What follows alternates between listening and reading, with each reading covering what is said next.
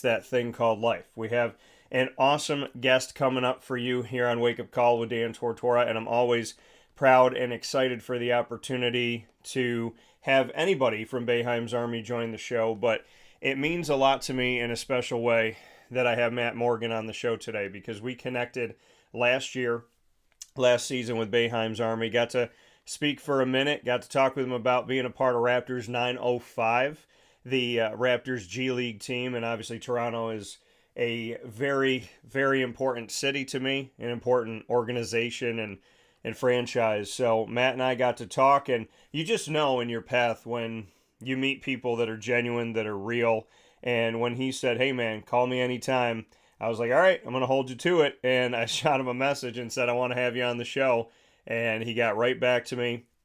We set it up, and he's going to be joining me today. Coming back from France very recently, playing professional ball. He's played professionally in the States and out of the States in Turkey and France.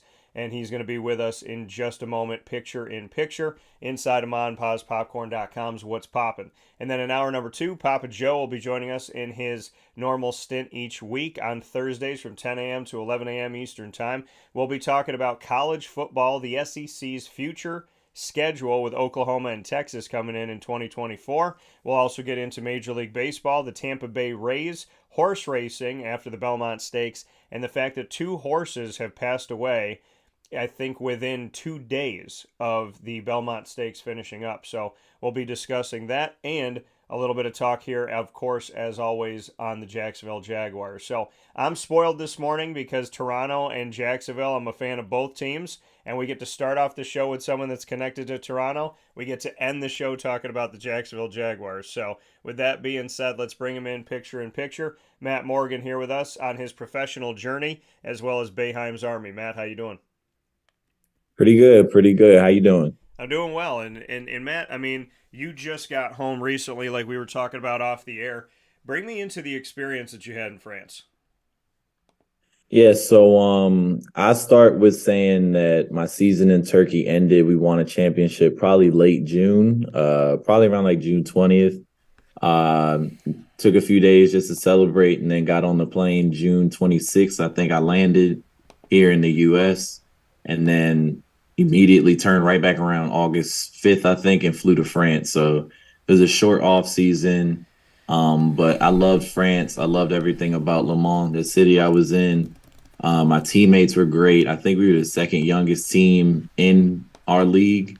And to do what we did with so many injuries, so many moving parts, it was amazing. Made the playoffs, ran into the defending champion, Asvel, Tony Parker's team. So we got knocked out in the first round. But, I think as a team, we kind of overachieved from what people said we were going to do.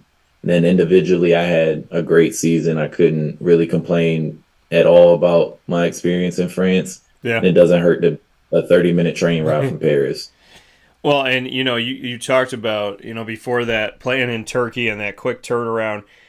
Bring me into how it all got set up because, we don't usually hear that. We don't hear the story of how you get these opportunities, right? I mean, you're trying to play professionally, you want to play in the States, you could play overseas as well. There's a lot of guys that have been connected to Central and Upstate New York or Boeheim's Army or Syracuse University that end up playing overseas, but we don't always know how it all gets put together. So bring me into how Turkey happened.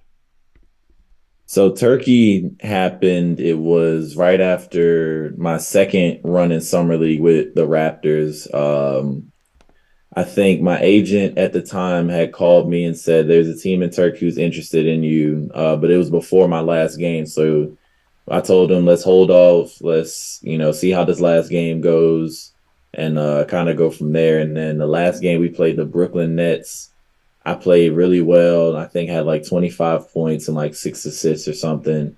And nothing really came out of it that I was hoping for. So the same team called my agent. They were really interested, kept calling, kept calling. So Yeah. ultimately I was just like, let's do it. Ain't no going back now. And without doing any research on Turkey, on the city, I just signed and said, I'll go over there and let's win some basketball games.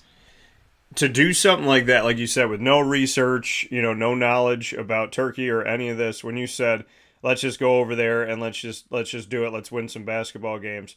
Is that scary to you? I mean, you're putting yourself with a team you don't know in a country you don't know.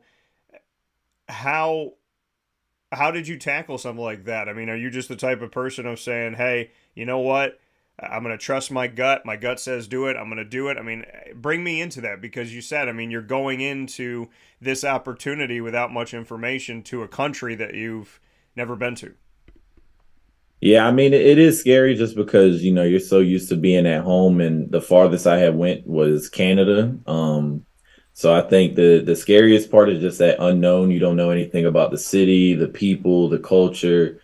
But me personally, I'm a person who likes to stay inside anyway. I love playing video games, FaceTime with my family and friends and stuff like that. So being overseas didn't really scare me, and I knew at some point I was going to have to because I was a G League kind of NBA training camp guy, so I knew at some point I was going to have to go. Yeah. But I think the team when I first got there, I think made me feel a lot more comfortable. The guys were really accepting of me.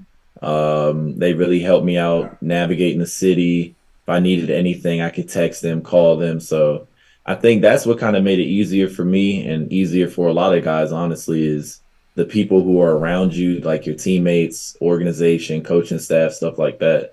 Because you do hear horror stories of some places where guys are just in a bad place.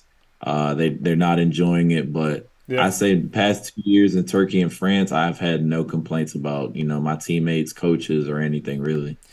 So, like you said, I mean, you're an indoor guy, so going to another country, like you could still stay where you're at, play your video games and whatnot. Did you go out and venture into Turkey at all? Did you learn about the culture at all, and find any places that you like to eat or things that you like to do? Did you venture out?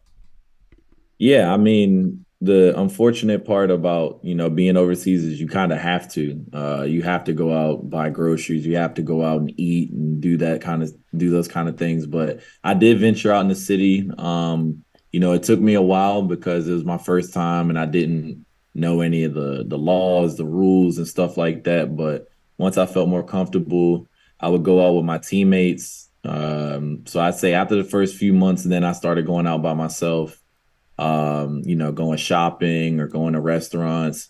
I actually had a restaurant that by the end of the season, they recognized me every time I walked in. They knew exactly who I was. They knew what I was going to get. So I say it takes a while, especially your first time overseas. But at some point, you get comfortable, and like I said, it's out of necessity sometimes. Here with Matt Morgan, speaking on his professional career and a member of Boeheim's army as well. When there's this overseas play, there's also the language barrier, right? Because you're playing in different countries is one thing with the language, and then you're playing with people that come from all over the world. How do you jump across those barriers when, I mean, there's teammates that speak the same language and can't get on the same page. So how do you get on the same page with someone who doesn't speak the same language? So I say Turkey was a lot more complicated than France. I say France, all of my teammates spoke English, so it was pretty easy to communicate. All my coaches spoke English, everyone in the organization did. So that was a lot easier to navigate than Turkey, where some of my teammates hardly spoke any English outside of, counting to five. And I say that was a little bit more complicated, but it really came down to I say just trust and just trying to communicate. There were some things where like I couldn't explain it the way I wanted to, so I would have to simplify it. Yeah. We had coaches who would follow me and my teammate Derek around, and if we had something to say and they didn't understand it, they would translate it right there real quick. And sometimes that's tough, especially heat of the moment. We were in the championship in Turkey, so sometimes it's fourth quarter, we need to stop, and I'm trying to communicate to my teammate. He might not understand what I'm saying, but I say it seems tough, but most of the guys overseas, they've played with people who spoke English before, so they kind of understand Yeah. what's going on and what you're trying to say. It's just a matter of you can't say it how you would say to an American big or an American guard. So when you're trying to jump that barrier, especially in a championship game, how do you get, like you said, you had to oversimplify, you had to simplify some things, but if you didn't know how to say something, or it's in such a crunch situation and you're in a quick timeout, how did you convey your message? So I think it was more if it was like a timeout or something, I try to, grab the board and just draw kind of what I'm trying to say. Especially, I know one of our backup center, he didn't really speak English that much. So when he would check into the game, it was just hand signals with him, like come closer, ball screen, count 1, 2, 3, 4, 5, our plays. But in timeouts and stuff like that, I would kind of like draw my hand and be like, you, me, screen, roll hard, stuff like that. But if it's something that he really wasn't understanding, I just go to my coach and be like, can you tell him, or try to pull a teammate over who spoke Turkish and English and be like, yo, tell him we need to do this, this, and this. Yeah, I mean, and it's probably, I mean, it breaks things down in a different way, right? And it makes you have to lead in a different way. What have you learned Absolutely. about your leadership and your ability to grow, to evolve? We talk about that in life, that if you're not growing, if you're not evolving, if you're not learning, then you're dying. So when you're in these unique situations and you're overseas and you're out of your comfort zone and there's different languages being spoken and it's crunch time and there's frustration, how did you develop yourself more as a leader?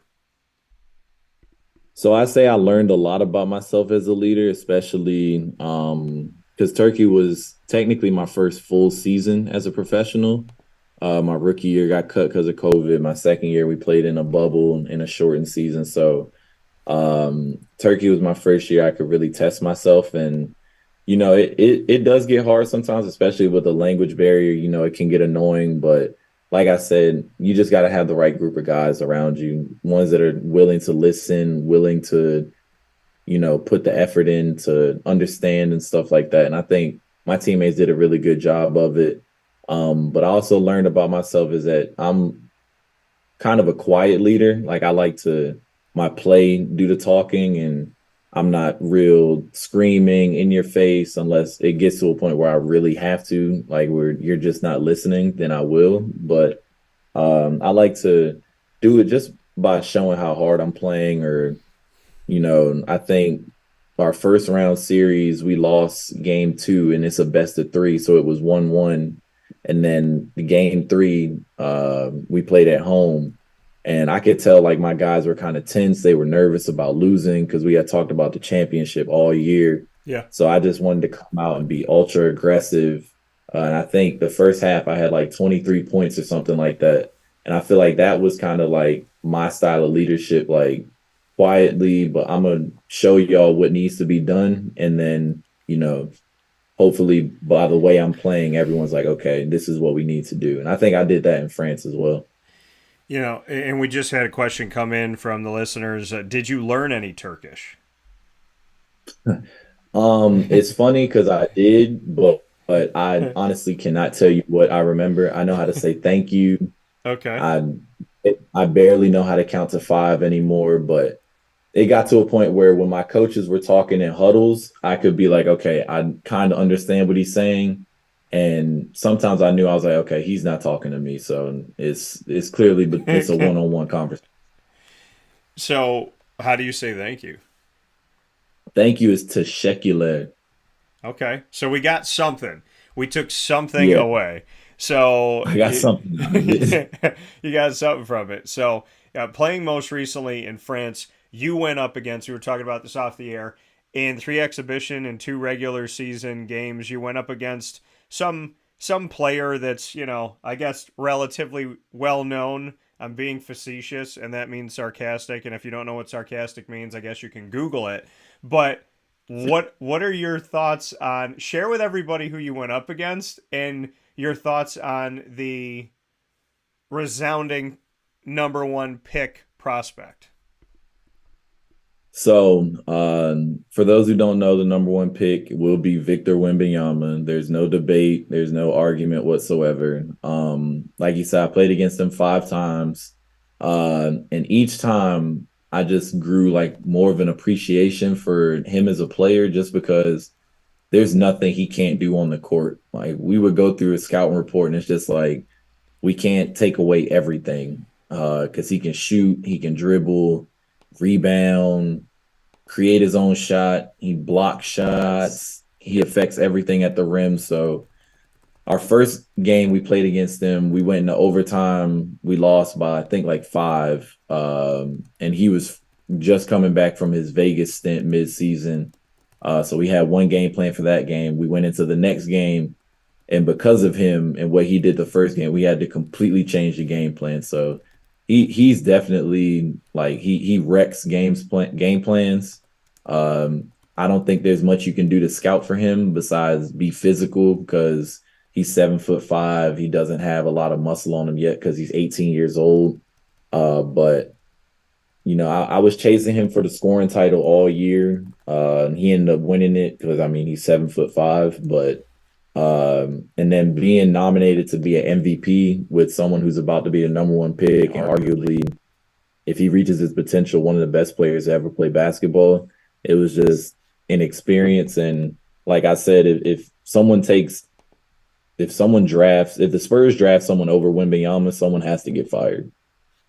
Oh yeah, and you were telling me that off the air that that he is the consensus number one pick. He's got to be the guy. I mean, when you see what he's done and you got to see it firsthand up close, it is what can you say that maybe hasn't been said from being on the court physically with him, going up against him? What else can we say about him? Because there's so many people that are giving their thoughts from film, giving their thoughts from sitting in the crowd, but you were on the floor with him. You have a different angle. What is that angle? I think just how much he really cares about the game and how much he cares about his teammates. There would be times in the game where his teammates may have been struggling or, one of them missed a shot. And because they're playing with the number one pick, I assume there's probably some pressure that comes with that. Whether it's, we have to win for him or, people are watching, so we have to perform. But he would just go out there and he was just smiling, having fun, enjoying being out there and enjoying being with his teammates. So I think that's one thing that, the Spurs is going to do really well for him is that family and that culture that they've built over the years. I think he's going to fit right in. No adjustments going to be needed for that. The championship series is going on right now, and they're playing one of the best teams in Europe. And you can see him out there just high-fiving his teammates, telling them, we got this, let's go, we're good. And then being out there, we go on a run, and it feels like we got the game under control. And then one of his teammates would make a three off one of his passes, and it's just like, what more can we do? We're trying to take him away, but because he's so infectious for his team, they're all making shots that sometimes they might not even supposed to be making. So I think just his energy and what he brings as a person is definitely going to affect his teammates in San Antonio. Do you think that Greg Popovich, of any coach that could coach Victor Wembanyama, that this is the right coach? Absolutely. Absolutely. I mean, everyone knows Greg Popovich is one of the best. He's been one of the best for quite a long time. I just don't recently he hasn't had the team to be able to show, his greatness. And I think with Wembanyama, now they might be able to attract some free agents to come play with him because, I mean, who wouldn't want to come play with the 7'5"? I don't mean to call him a freak, but a freak of nature like that. Especially someone who's going to be a leader for them over the next, hopefully 10, 12 years. So Greg Popovich, especially what he did with David Robinson, Tim Duncan, Tony Parker, a bunch of guys who came from overseas, Boris Diaw, a bunch of guys who came from overseas and ended up having really successful careers. So I think that part of it, and then Pop bringing those guys back in to help Wembanyama. I've seen reports Duncan will be there. Parker's definitely going to be there.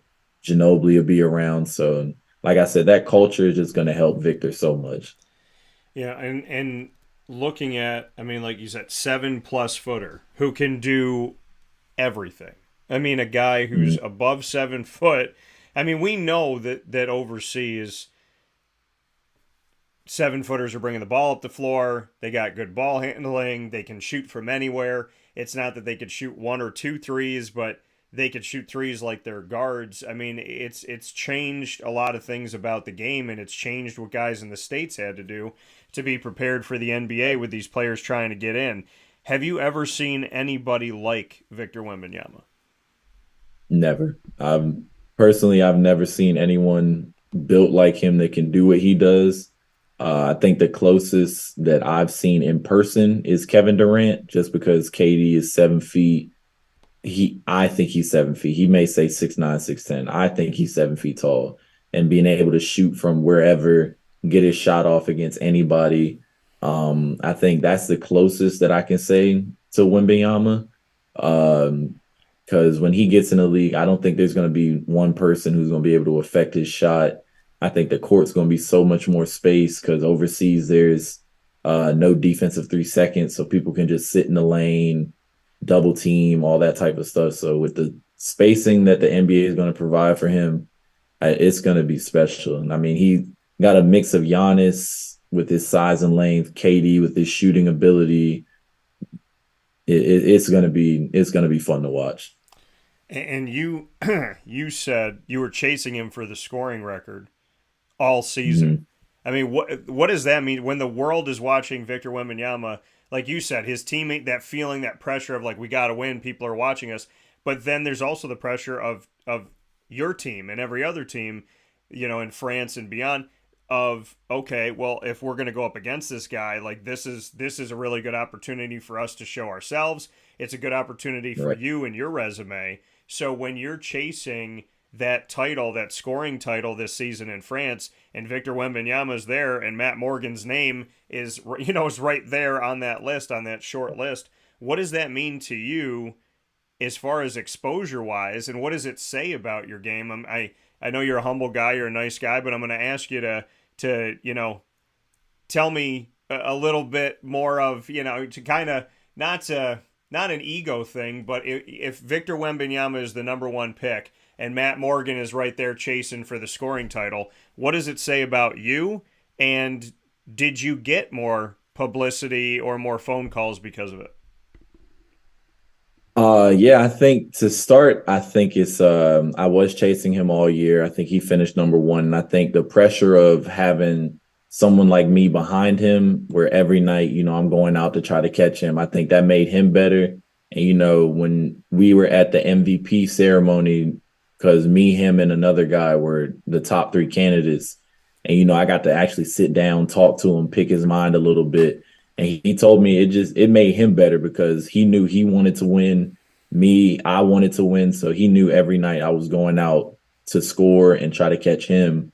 And, when I would have a game, I was watching him. When he would have a game, he was watching me.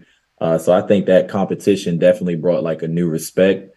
And like you said, it's crazy because when you see his name, I'm right there in Yeah. so many categories. And it's actually wild to me because like being there with the number one pick, I feel like it showed a lot for me personally that, I can hang with, who you guys think is probably one of the best prospects ever. And I'm over here putting up 20 to 25 a night, just like he is. And I'm not 7'5". So I think it was definitely eye-opening for me. I think it definitely helped my resume a lot, being able to play against him, be in the same league as him, and be second in scoring, second in MVP voting. Because in my head, if he wasn't here, I would be the scoring champion. I would probably be MVP. And it's crazy because you never plan to play against somebody like that, especially when you're signing with the team. But to end up throughout the whole season, hear his name and then your name right after the entire season, I think is definitely something that I won't take for granted, and especially because of the relationship that me and him built. Like I message him every now and then during his championship series. He doesn't respond anymore, but because he's so focused. But I messaged him after his last series, before this one, and we talked back and forth just about basketball, about life, about what he's about to go through in the NBA. So I think on the court, it looks really good for me, just resume wise, being able to hang with the number one pick at 7'5". But off the court, it definitely helped build a relationship between me and him, like a mutual respect type of thing. And what did you learn? I mean, what have you learned from those conversations? You said you picked his brain. What'd you take away?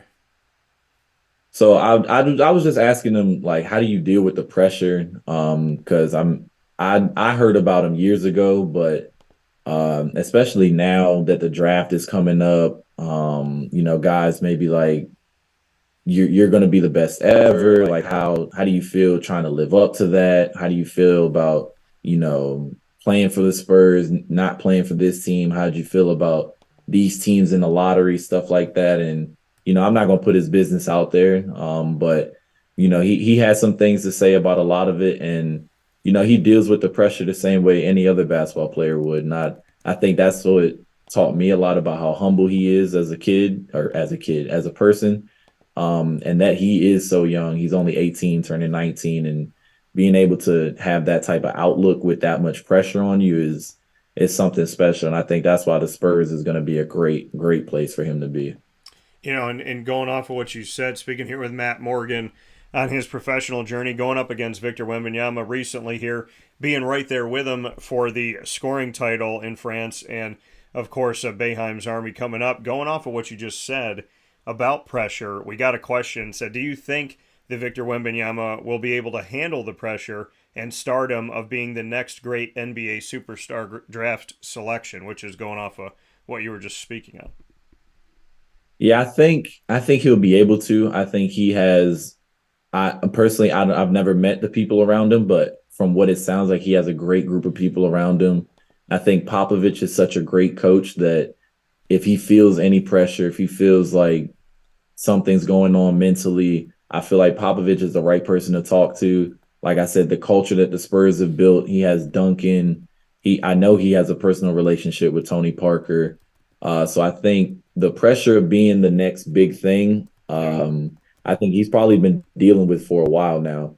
And if he handles it anything like he did in France, and being able to do it at home in France in front of your family, friends, and so many eyes watching you, I think the NBA, I don't think it's going to be that much of a transition for him. So Matt, I mean, you talk about being like your name's said right there with Victor Wembanyama. Have you gotten phone calls? Have you gotten a hey, we see you out there? I know you and I were talking off the air about NBA Summer League, and you're going to be out in Vegas. So bring me into what your work has done in France and how having him there of any country you could have been in. I believe in God incidences and not coincidences. So when you have Victor Wembanyama there and there's so much focus on him, and then you're right there in the MVP talk, you're one of the three finalists, and you're there chasing the scoring title, has that already paid off in future opportunities or what you have coming up, in your opinion?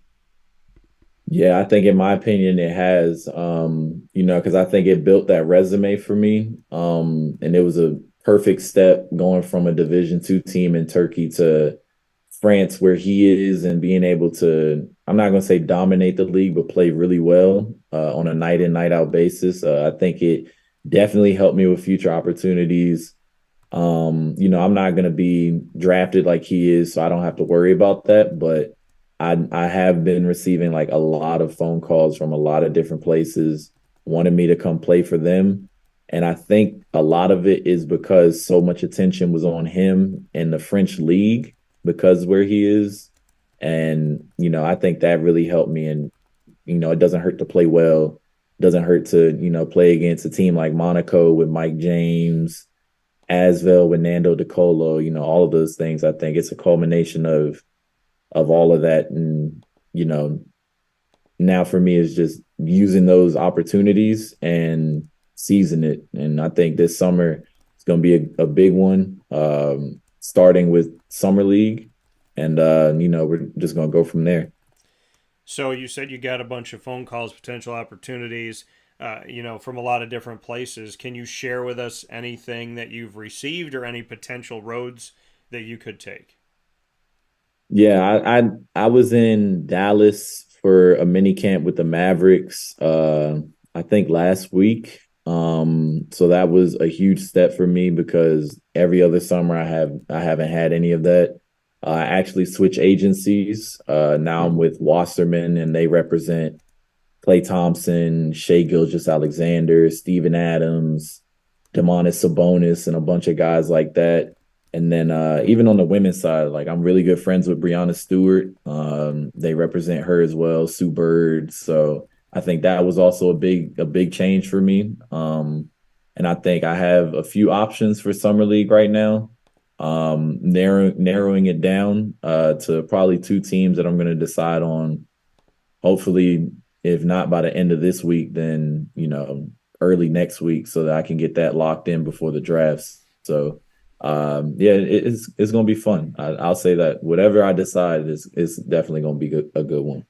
You talked about getting to work out with the Dallas Mavericks. What'd you get to do over there, and just kind of bring me into that? Yeah, so it's a mini camp. It's only 2 days, so it's funny because I only had 2 days of rest really before I had to get back in the gym after France, and then I flew out to Dallas, got there and relaxed for the night. And then the next morning, woke up, had to go get my gear and all that from the hotel we were staying at. We bus to the practice facility. And really, all the mini camp is they have a bunch of assistant coach, G League coaches watching. They just want to see you play. So we did a lot of 5-on-5. We did 2 20-minute games. There's around 20 or 25 people there. So we did 2 20-minute games. There was three teams total. Then we did some situational stuff, like 2 minutes tie game. Let's see who wins. But we basically did that for 2 days. It was really short, I think, from 10 to 1. And then after that, the rest of the day is yours. So it was pretty professional. It is probably the life of a professional athlete for the Mavericks. Practice at that time. Then after that, get your recovery, do whatever you need to do, and go home, to be honest. And while I was there, I saw some of the Mavericks players like JaVale. I saw one of the Morris twins, Theo Pinson, Dwight Powell, and guys like that working out. So it was definitely a great experience. Got to talk to Jason Kidd, Mark Cuban a little bit, which was crazy because Mark Cuban's worth so much and he owns the whole team. So, and their practice facility was really nice. So, like you said, I mean, they want to just see you play. What were there any words coming off of it? Anything that they saw? Anybody that kind of pulled you aside and said, "Hey, Matt, I like this." Were there any takeaways in that sense? Yeah, I think it was again like the leadership aspect of it. The second day everyone's tired, everyone's sore, but I think the first game my team was down like 13-0 in the first 5 minutes while I was out. Then I came in the rest of the 15 minutes and I think we went up 18-13 or 20-13 or something like that. So being able to lead, get people involved, they love that I get into the paint as much as I did, kick out threes, scoring for myself, because that's a big thing in the NBA. And then a lot of the things that's been said about me is I'm a really good offensive player, but defensively, is something I need to work on, and I know that.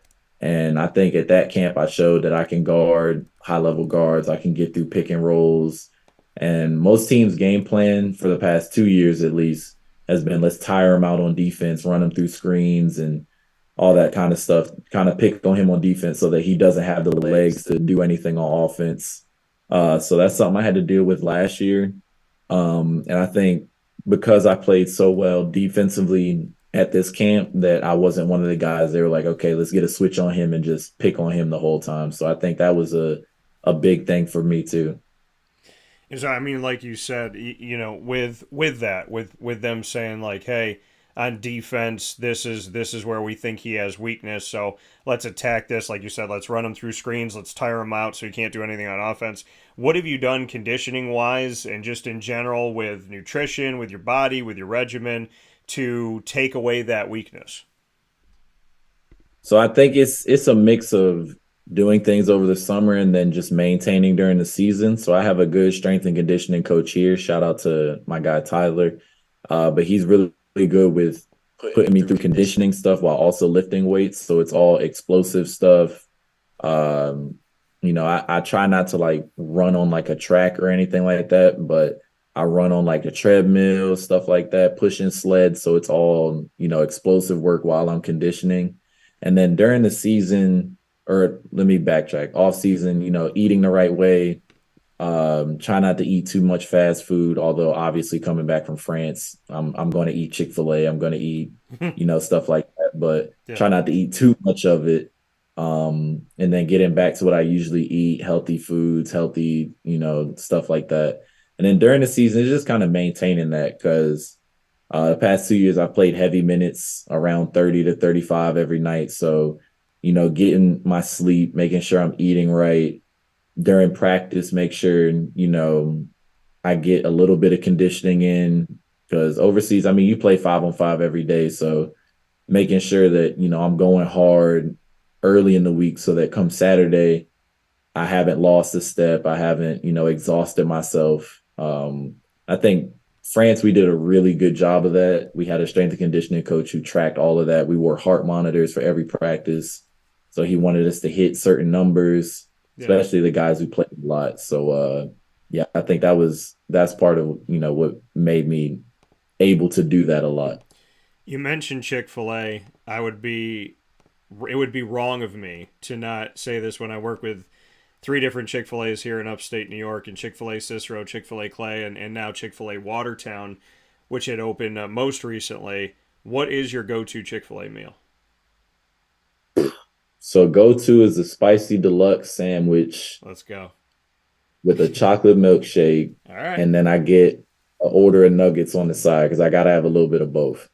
You know, it's funny that you say that because my good friend Isaac Alford, who does Tortora and Alford broadcasts here with me a bunch, when we go, I want the nuggets more than I want like the fries. So like I'll get a Mhm. sandwich, and then he started doing it. He's like he got a sandwich and he got a side of nuggets, and I was like, "Man, I love the nuggets and the sandwich. I feel like I need to do it." So then I got a sandwich with a side of nuggets, and I'm like, I get where his head's at now. So I like it. I might have to switch that up. I might have to try that. No, but yeah, it's listen. And I will say this: Chick-fil-A Cicero just put out a message, and I was going to be sharing it here. They just put out a message within the last couple days that they're bringing the breakfast spicy chicken biscuit, and the spicy chicken biscuit is perfection. But it like I had it down in Florida, I had it down in Orlando all the time. They've never had it up here on the menu, but it's the spicy chicken from the sandwich, like right. So it's the fried spicy chicken Yeah. inside like of a buttery, warm, like meltable biscuit, and then you dunk that. In my opinion, you dunk that in Polynesian because you get the spicy, the sweet, and like the buttery spicy chicken biscuit. Yeah. If that biscuit is done right, dipped in Polynesian, it will genuinely be a game changer in your morning. Dang, if they bring that back, I'm now I want to go to get the breakfast just to see. You gotta check. You gotta see if it's in Charlotte right now. But No, I yeah, man, do. it's so good. So you're in Charlotte. You're back home for the minute. Are you a Charlotte fan? Is it Charlotte FC? Charlotte. Okay, I don't even have to go through the teams. You said No, no. I'm not a hometown guy. I've never been a hometown guy. It's been weird. But no, not a Panthers fan, not a Hornets fan. I guess Charlotte FC because I don't really have a soccer team, so I guess I'll claim Charlotte FC as my soccer team. That's my But team. no, That's Hornets, my team. Panthers. Yeah, Hornets, Panthers. I'm not a fan. So where are you? Because this. You and like I said, I felt a connection when we had the opportunity to talk when you were at Boeheim's Army and TBT last summer. So that connection, I think, is going to be more deeply rooted, even more so now after this, because my teams, people mess with me all the time. I'm going to tell you where my teams are, and then I want to hear where your teams are. Because I Okay. have people flip out at me like, "Are you kidding me? Why is this? You're so weird." Because so Syracuse basketball and football college, obviously growing up in forever. So been around them. I have other teams now that like I have really deep connections to, but I would say Syracuse for college football, college basketball. I was always a fan of North Carolina college basketball second. That was my second favorite team. Now it's probably Gonzaga. And then beyond that, NBA Toronto Raptors, NHL Anaheim Ducks, and I like the Vegas Knights as my second, but Anaheim Ducks. And then football, Jacksonville Jaguars for the NFL, MLS, Charlotte FC, MLB, Arizona Diamondbacks. So my teams are all over except for like college, except for like my hometown. Right. So now I want to hear Right. yours because people mess with me so much. Like, how did you put together such a weird group of teams, but every single one of them has their story? And Right. most of them carry the story of they didn't exist. When they came into existence, I became a fan so that I was on them from the beginning, and there was no bandwagon fans, there was no fake fans, there was nothing. Arizona, nothing. Jacksonville, nothing. Toronto, nothing. And I'm still, Right. to this day, waiting for public apologies, written apologies, cards, flowers, for everybody that told me the Toronto Raptors were trash, we're never going to win a championship. And my favorite thing that people said to me, why would you like the only team that doesn't even play in the United States? So Oh man, I took I that hated that. for over 20 years, and 24 years in, they win a championship. And 99.9% of the idiots out there have still not apologized to me. Oh yeah, they owe you one. Trust me, I was in Toronto, so I know the feeling. But if I had to run it down, I say college football. It's really been all over the place. I was Oregon when Mariota was there because I loved Marcus Mariota. I love that offense. And Okay. then I jumped to Clemson with Deshaun Watson because I loved him. I wanted someone to beat Alabama, so I was Clemson. So I've stuck with Clemson since then.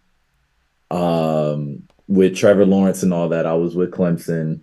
College basketball, I've been Duke for a while because in North Carolina you have to choose Duke or Chapel Hill. There's no one else, so I'm Duke with basketball. Don't tell your Um, teammates that on Boeheim's Army. yeah, I won't say anything. Tyler, Tyus, all them, I won't say anything. But I say NBA, I'm Golden State Warriors. Been Steph Curry fan since he was in high school, really. So I was like, wherever he goes, that's where I go. So Okay. I'm Golden State Warriors. NFL, oddly enough, your rivals team. I'm with the Houston Texans. That's my team. Hold on. MLB, Hold I on. don't really. Hold on. I got something for you. I got something for you. Hold I know it. We've been struggling. We rebuilding right now. Once we got rid of everybody, I was like, okay, I see where this is headed. So yeah, they Jacksonville got it right now. We'll be back. We'll be back. We got We Trevor dominated. Lawrence. You like Trevor Lawrence. We got Travis Etienne. Why don't you come over to our side? You like I Clemson. can't. Yeah, I love Clemson, but I'm not a. I'm Houston Texans. It really started with Arian Foster and J.J. Watt, and I was like, okay, Okay. this is my team. Okay. Or not Joe Johnson, Andre Johnson. Yeah. I love Matt Schaub and all of them, so that was my squad. Okay. Uh, Baseball, I don't really have a team. If I had to choose one, it's only because my Arizona. friend. What? What did you say? Yeah, I'm about to say if I had to choose one, I could do Arizona. And my friend is a huge Yankees fan, so he's been pushing that on me. So Yeah. I really don't have a team for MLB. Okay. NHL, I really don't have a team, but if I had to choose, I guess it'd be the hometown team, Carolina. And then WNBA, I go wherever Breonna Stewart goes. So I was with the Storm. Yeah. She left. Now I'm with the New York Liberty. So that's my team. I did not mention, but am the same. And Katie Kalinske came on the show and can vouch for me for this. I go I go where Brianna goes. So if she had stayed in Yeah. Seattle, I probably would have stayed in Seattle. But because she's with the New York Liberty, she gave me the opportunity to really bookend. Because when the WNBA started and the New York Liberty were part of the beginning, Rebecca Lobo was one of my favorite players, and I liked the Liberty because of her. and now with Breonna Stewart being there. So technically, I guess in a low key way, I've never not been a New York Liberty fan, but now Right. like Right. I want to go to the game New York Liberty type of fan. Yeah. Like I want to physically be there, buy a Breonna Stewart jersey, and be in the building. And I already promised Katie Kalinske we're going to go to a game, so I got to keep to that. Oh yeah, I'm definitely going to a Liberty game. I don't know when it is. I was supposed to be there when they played against Dallas, but I think I had something to do, so I end up not going. But I already told Brianna, I was like, I'm gonna find a game. I'm pulling up. Leave me some tickets, whatever the case is. But I'm going to a New York Liberty game. So how close are you with Brianna? I'm actually pretty close with Brianna, which is funny because I had never met her until last year when I went to Seattle to see her play against the Dallas Wings. But that was my first time ever meeting her. Yeah. But the story of how we became close is so funny because I was a huge fan of her at UConn. So after her games, I would just tweet out like, Breonna Stewart, you killed it. And Breonna Stewart, this, that. And then one day, I think I was following her for probably a year or two. And then one day she just followed me back. And I was like, oh, that's what's up. Like, I appreciate that. And I was like, okay, let me test my luck a little bit. So, like, 2 minutes after I followed her on Instagram, she followed me right back. So I was like, oh, that's really weird. So I messaged her and I was like, appreciate you following me back. I know you got a lot going on.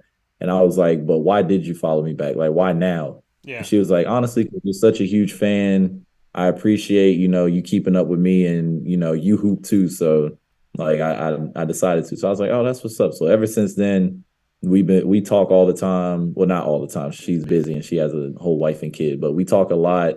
Whenever I'm in town, she leaves me tickets to games. If she does something, I'll post her. If I do something, she'll repost me. And I think that relationship just kind of grew over social media.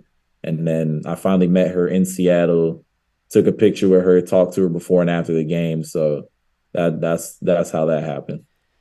Well, you could tell her. So her and I did not cross paths. We could have toward the tail end of her time at CNS, but she played ball with my cousin Sammy at CNS in Central New York, and she's really close to Katie. And I have been Mhm. trying to reach out to her, but she doesn't know me, and we didn't have like that time together. So if you could be my bridge, Mr. Matt Morgan, just let Breonna Stewart, if for nothing else, I would love to talk to her, love to interview her, love to spend some time off the air with her.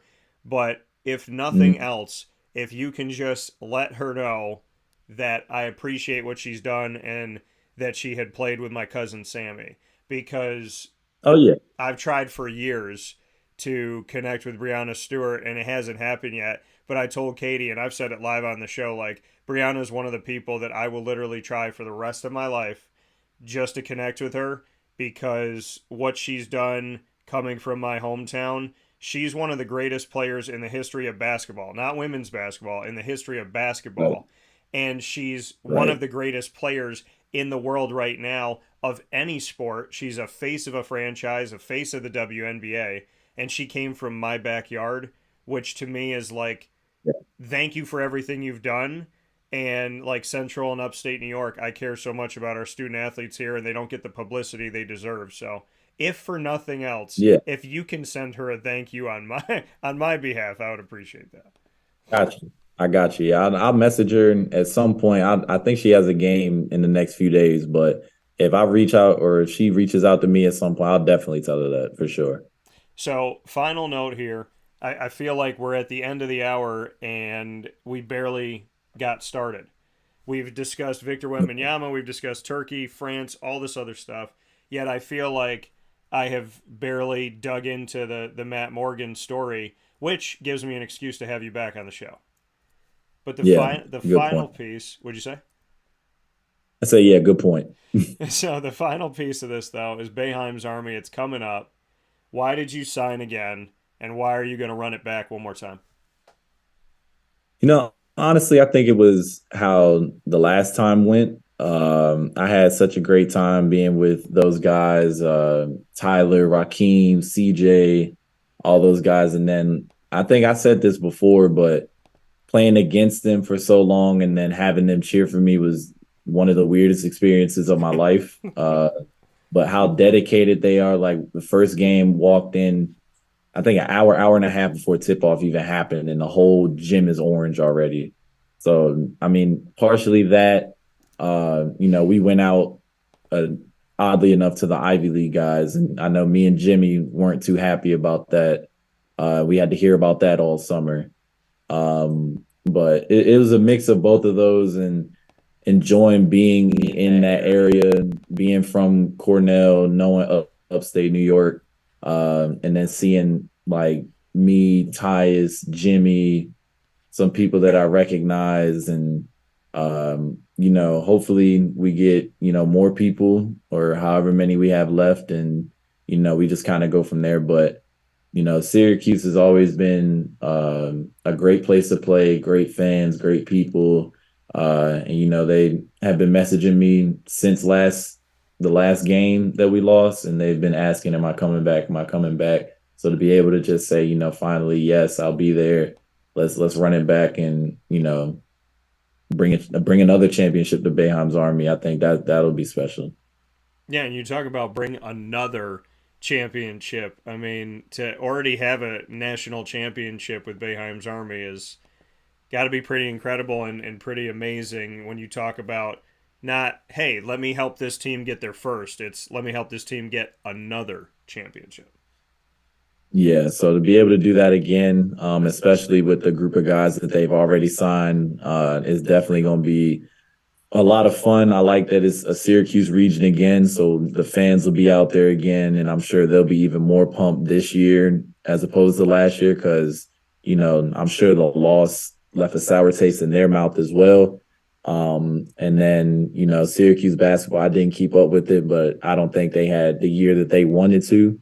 So I think Syracuse fans are kind of looking for something to, get excited about and rally around. And, hopefully I can, help the team and help the city and fan base, get back to, what Syracuse is used to, which is winning and dominating and bringing championships. Couldn't have said it better myself. Syracuse fans coming off of some adversity, stress, needing that beacon of hope in Boeheim's Army, looking to be exactly that this summer. As always, Matt, I appreciate you, man. And like I said, we barely scratched the surface, yet we ran through an hour, and I honestly can't thank you enough. I mean, I was a stranger to you last summer, went up to you after, and always try to talk with the Syracuse guys because I've gotten to know them over the years, so those relationships are already there. And I walked over to you and was just kind of like, hey, can we do a quick video? And you were great about it. We talked for a bit after that, and like I said, I felt that connection, and I felt that like genuine human being personality, which I appreciate so very much. So the fact that you came on and did this show as a broadcaster, they always, you find the words. That's our job, right? But I don't know if there's Mhm. ample words to say thank you for coming to my city. Thank you for the work that you put in. Thank you for being the person that I thought you were. And thanks for making an hour feel like 15 minutes, because if it was the other way around, that's a negative thing. But when you look at the clock and say, wow, it's past 10 o'clock, and I feel like I got so many other things to ask Matt about, I just really do appreciate the person that you are. And more than anything else, I'm just looking forward to seeing you when you come up here. I appreciate it. And I definitely, appreciate you having me on. Like I said, it was a short conversation last year. So I'm glad we got through a few things because I feel like the same way I looked at the clock and was like, dang, it's 10 o'clock already. And so I appreciate you having me on, but definitely looking forward to coming up to Syracuse. And I'm sure we're definitely going to have a lot more to talk about soon. So I appreciate it. Absolutely, man. So stay safe, stay well, enjoy the Four Seasons in one day in Charlotte, and I hope you go get a spicy chicken biscuit at Chick-fil-A. Nah, I appreciate it. I'm about to hop in the car and go there right now. So thank All you. right, man. Be good. I'll talk with you soon. Appreciate it. Absolutely. Take care. that coming once again. Carvel DeWitt, it's what happy tastes like. Do you know why? Because we make ice cream. Creamy, rich, flavorful ice cream. Not yogurt or iced milk like some of our competitors. Ice cream. Fresh, by hand, daily. For the calorie conscious, we have something new for you. Our new Carvelite. Same great flavor, creaminess, and texture of our regular ice cream with only 35 calories an ounce. So whether you want an ice cream cake, flying saucer, dasher, carvalanche, hard or soft ice cream, we will satisfy your craving with our fresh, handmade regular or new Carvelite ice cream. Carvel DeWitt. It's what happy tastes like. This is Jimmer Sikowski, owner-operator of Chick-fil-A Cicero, 7916 Brewerton Road in Cicero, right in front of the Home Depot. I had a deep feeling that God wanted me to do something bigger with my life and to help people, help others. I kept putting Chick-fil-A in my life, and I realized as I was going through the franchise selection process that positively impacting the lives of others was really core to what we do here at Chick-fil-A. First of all, it starts with the food. The food is brought in fresh daily. We bring in local produce.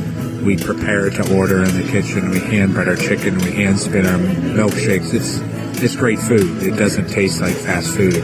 I think the second thing is the way people feel when they come in a Chick-fil-A restaurant. It's different. We try to treat people with intentional kindness here, which is very different and deeper than good customer service. And so I think it feels remarkable for most people to come in a Chick-fil-A restaurant. And then lastly, the impact that we try to have in the community is very different. It's a big part of the expectation of every operator of a Chick-fil-A restaurant is that they're actively engaged in their community, they're a leader in the community, and they're making a difference. When they realize that what we're striving to do is to shine a little light in their life, that's a very, very different experience than you will have in any other quick service restaurant. And it's that remarkable experience that I think people will emotionally connect with. The Wildcat Sports Pub in Camillus, New York is located on 3680 Milton Avenue in the Home Depot Plaza. It is your family-friendly sports bar and restaurant. Folks, some sports bars aren't family-friendly. Some family-friendly restaurants are not sports bars. The Wildcat Sports Pub in Camillus, New York is proud to be both.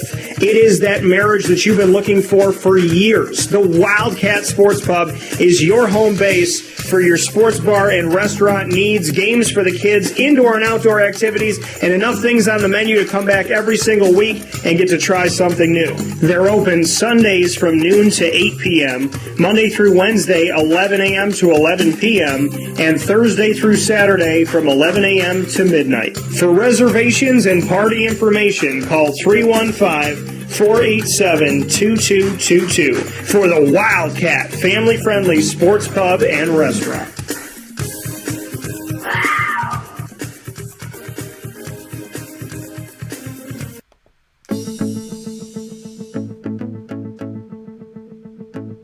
Avicoli's, located on the corner of Route 57 and Wetzel Road in Liverpool, New York, has been your trusted neighbor for decades. Located just steps from Liverpool High School, we're happy to have the Liverpool Warriors on-site, on-location broadcast at Avicoli's through Wake Up Call with Dan Tortora every single month, featuring student athletes, coaches, and administration throughout the year from Liverpool High School. Head out to Avicoli's today on the corner of Route 57 and Wetzel Road in Liverpool, New York, open Tuesday through Sunday for lunch, dinner, and drinks. We'd love to see you out there. And of course, you can call them at 315-622-5100 for takeout, delivery, and catering. That's 315-622-5100. And also find them on myavicolis.com. That's myavicollis.com.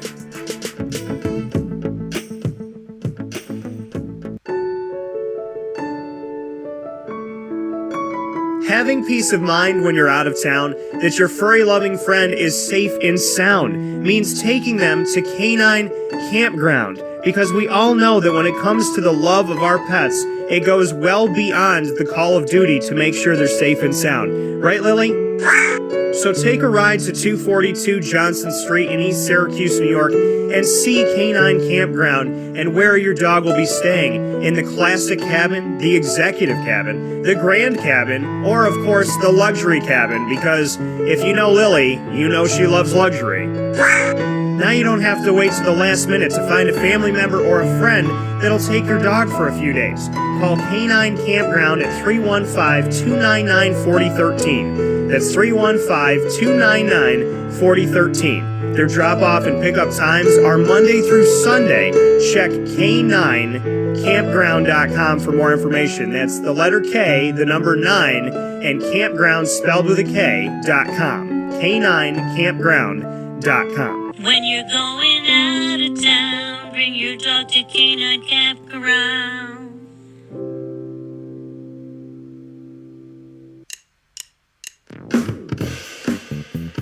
PB&J's Lunchbox, the food truck that you love finding all throughout Central and Upstate New York, now has a street-side cafe. So when you're craving their traditional favorites as well as their out-of-box amazing menu items, you can now head to 663 Old Liverpool Road in Liverpool, New York. Located just minutes from the highway, the Thruway, Destiny USA, and Onondaga Lake Parkway, PB&J's Lunchbox Street-Side Cafe is there for you Monday through Saturday from 9 a.m. to 7 p.m., serving breakfast, lunch, and dinner all throughout the day. Get breakfast for dinner, dinner for lunch, whatever you fancy, including their award-winning grilled peanut butter and jelly sandwich. Find them at 663 Old Liverpool Road in Liverpool, New York. PB&J's Lunchbox, where we love to know what's in your lunchbox.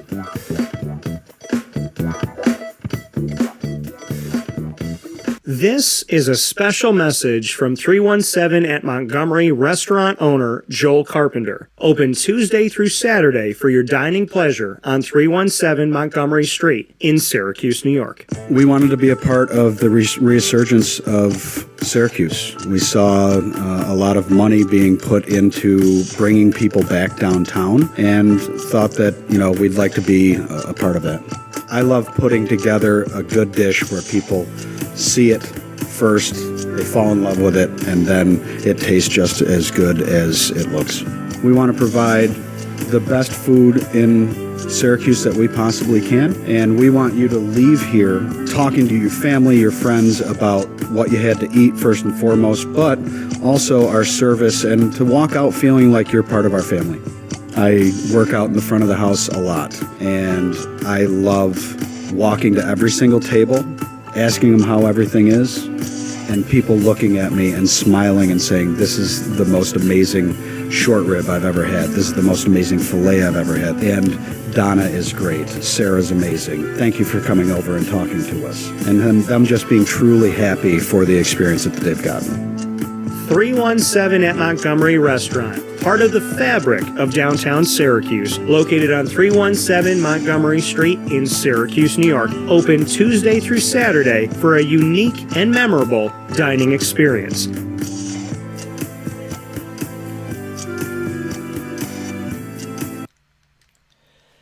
They call him Papa Joe. They call him PJ. They also refer to him as the Goso, the grand old smooth one. He is here on Wake Up Call with Dan Tortora, as he has been for so many years. I have the official rights to Papa Joe. Nobody else does. Exclusive to Wake Up Call. And this all began on just having a conversation. Sitting at the kitchen table down in Florida and talking with PJ. And I always say this, he gave me more credit than I deserved. And I thought, I was like, he's more knowledgeable than me. He's more of an encyclopedia. He's paying attention to more. And it made me want to be better. It made me want to learn. It made me want to pay more attention. And I can honestly say that because of Papa Joe and our relationship and our bond and our connection and how he challenges me, now I am paying more attention to a lot of different areas, to a lot of different pieces of what I do, and I think I'm a better broadcaster. I would like to hope I am, because I have Papa Joe in my life. So he's another dad to me. He is someone that I celebrate Father's Day with every day, in my prayers for him, in my heart, in the times I get to see him throughout the year. I can't believe that I made a promise to him and Mary in 2014 that I was going to come down and see them and spend time with them. And now we're in 2023. It's been almost a decade, and I have seen them for the majority of this almost decade, a few times a year, in a lot of cases, many times a year. And to think that in the past, I think 8 years, I thought, I was like, oh yeah, when I go to Jacksonville games, I visit them. I've done that for like 3 years now. I know I've done it for like 8. and you look back on it and say to yourself, have I really been going down there that much? And has time really flown by? And it's true that, time flies when you're having fun. And reflecting on this time with PJ and with Mary and Joey, I can honestly say that it's one of the best decisions, if not the best decision I've made in the last 10 years of my life, to really, really spend time with family and specifically with them. And to see what that's done for me has been incredible. If it was up to me, I would be in Syracuse and in Florida every day, and I'd spend part of the time here and part of the time there, and it's because of Papa Joe, Mary T, and Joey. So with that being said, we got a lot of stuff to talk about, but I want to say this because he deserves it, and I hope he knows it, but Father's Day is not this Sunday. In my opinion, when it comes to Papa Joe, Father's Day is every day for someone who knows not only how to be a dad to his son, but somehow found a way to be a dad to more than one of us. Thanks, PJ, for that. Those are very kind, Daniel. Very kind words. Thank you very much. Well, you deserve it. Papa Joe! So, definitely deserves it. So we got a lot of things to get into. We have a lot of things to talk about. You threw me a curveball when we were off the air just discussing what we were going to have on the show today because we have so many different topics we're going to run through in this hour. PJ says to me, guess what, Daniel? I watched the NBA, and thank God I was standing because and I had something to lean on. But PJ tells me he's watched the NBA. Now, if you know Papa Joe, he's not an NBA watcher. It's not something that's on his vast schedule. He watches golf, watches horse racing, watches, NASCAR and different races and that world of it, on top of the fact that he's watching, the NFL and college football and baseball and so on and so forth. But the NBA happens to be one of the things he doesn't typically watch with the 5 million other things that he is. But you watched part of the NBA Finals, and I want to know what you thought about the Denver Nuggets winning their first ever championship in their first ever trip to the NBA Finals. Well, frankly, I was surprised. I can't say surprised. I had been obviously following it in the newspapers and in my computer and online and everything. I knew what was happening. I just never watched the game in recent history. So I said, these guys got a chance to clinch. I said, maybe I'll just sit in for a while. And I started watching it, and I says, these guys got a good flow. It's just Murray and Joker got it going on. They seemed like they read each other's mind. And for a man the size of Joker to sweep the three areas of basketball, assist, scoring, and rebounds. You don't see that too often. I go back a long time with basketball, even back to the days in Syracuse when Dal Shays used to play and Red Kerr and those guys. Joker is a transcendent kind of guy. I think that all these guys that are coming from Europe have got a really good basketball background. They may not be as athletic, quote unquote, as the kids we see now, but they seem to be a lot smarter. And Joker dominates because he's smarter, not because he could jump higher, because he can't, not because he can run faster, because he can't. He can't move from side to side too well, but he just seems to be there. Whenever something happens, he seems to be there.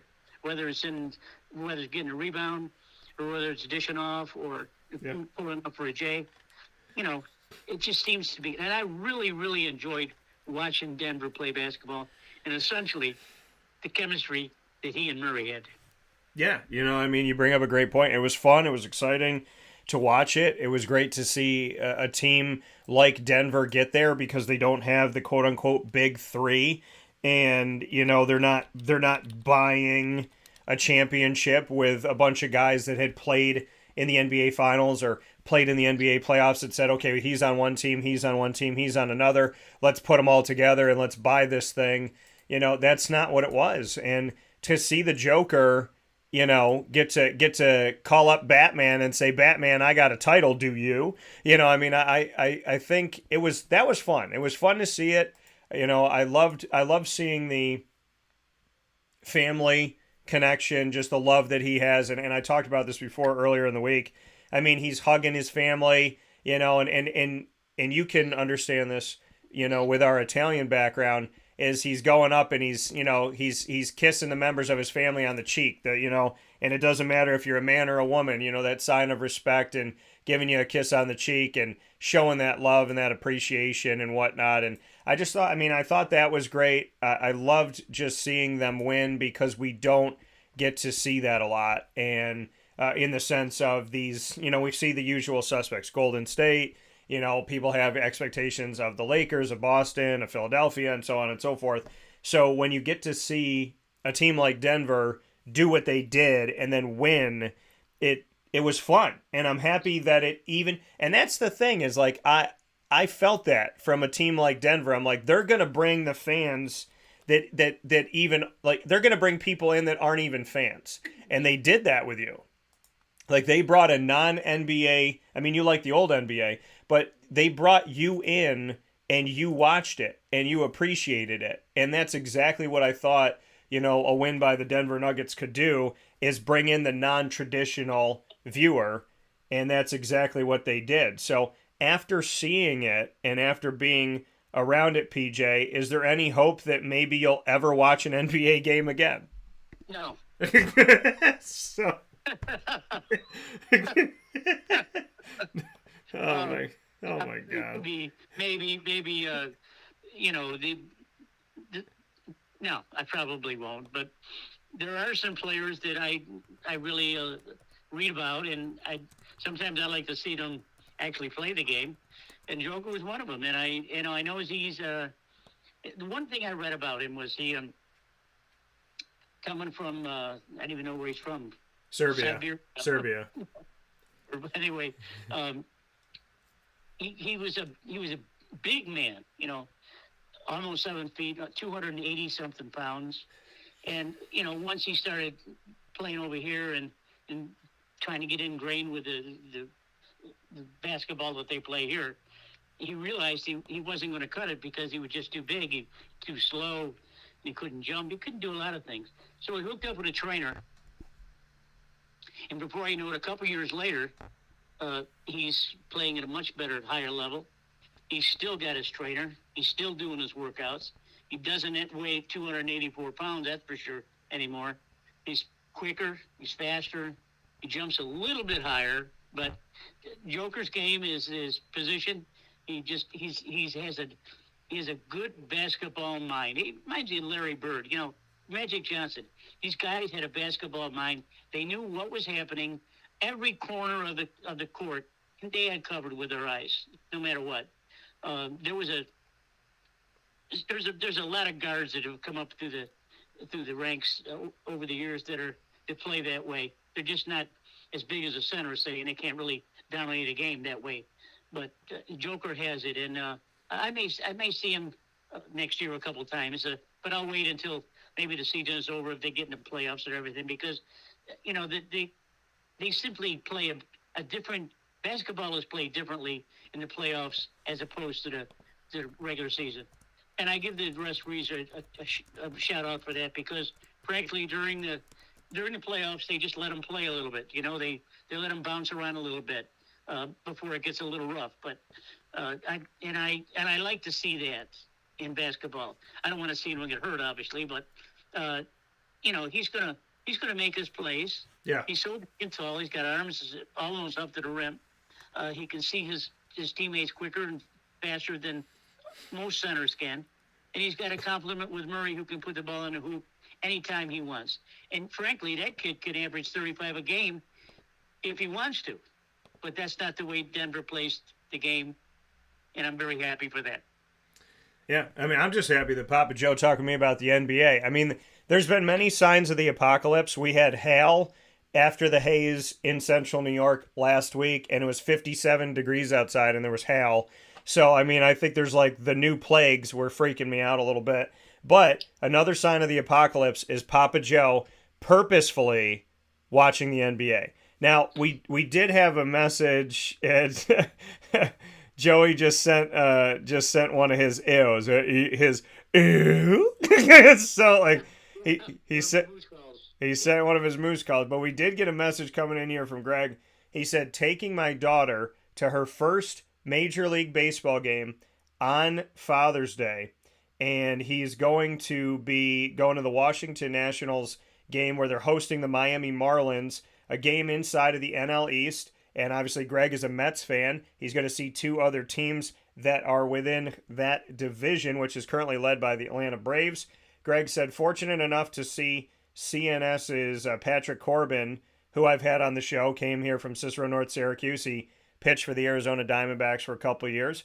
And he said, Major League Baseball leading hitter, very much looking forward to the experience. Corbin is scheduled to pitch on Sunday, taking a family weekend to D.C., most importantly, the zoo. So what do you want to say to Greg, who is taking his daughter on Father's Day to her first Major League Baseball game? That's incredible. I wish my dad did that to me, but he didn't and wasn't really interested in anything like that. You should be congratulated, and your daughter will never forget that.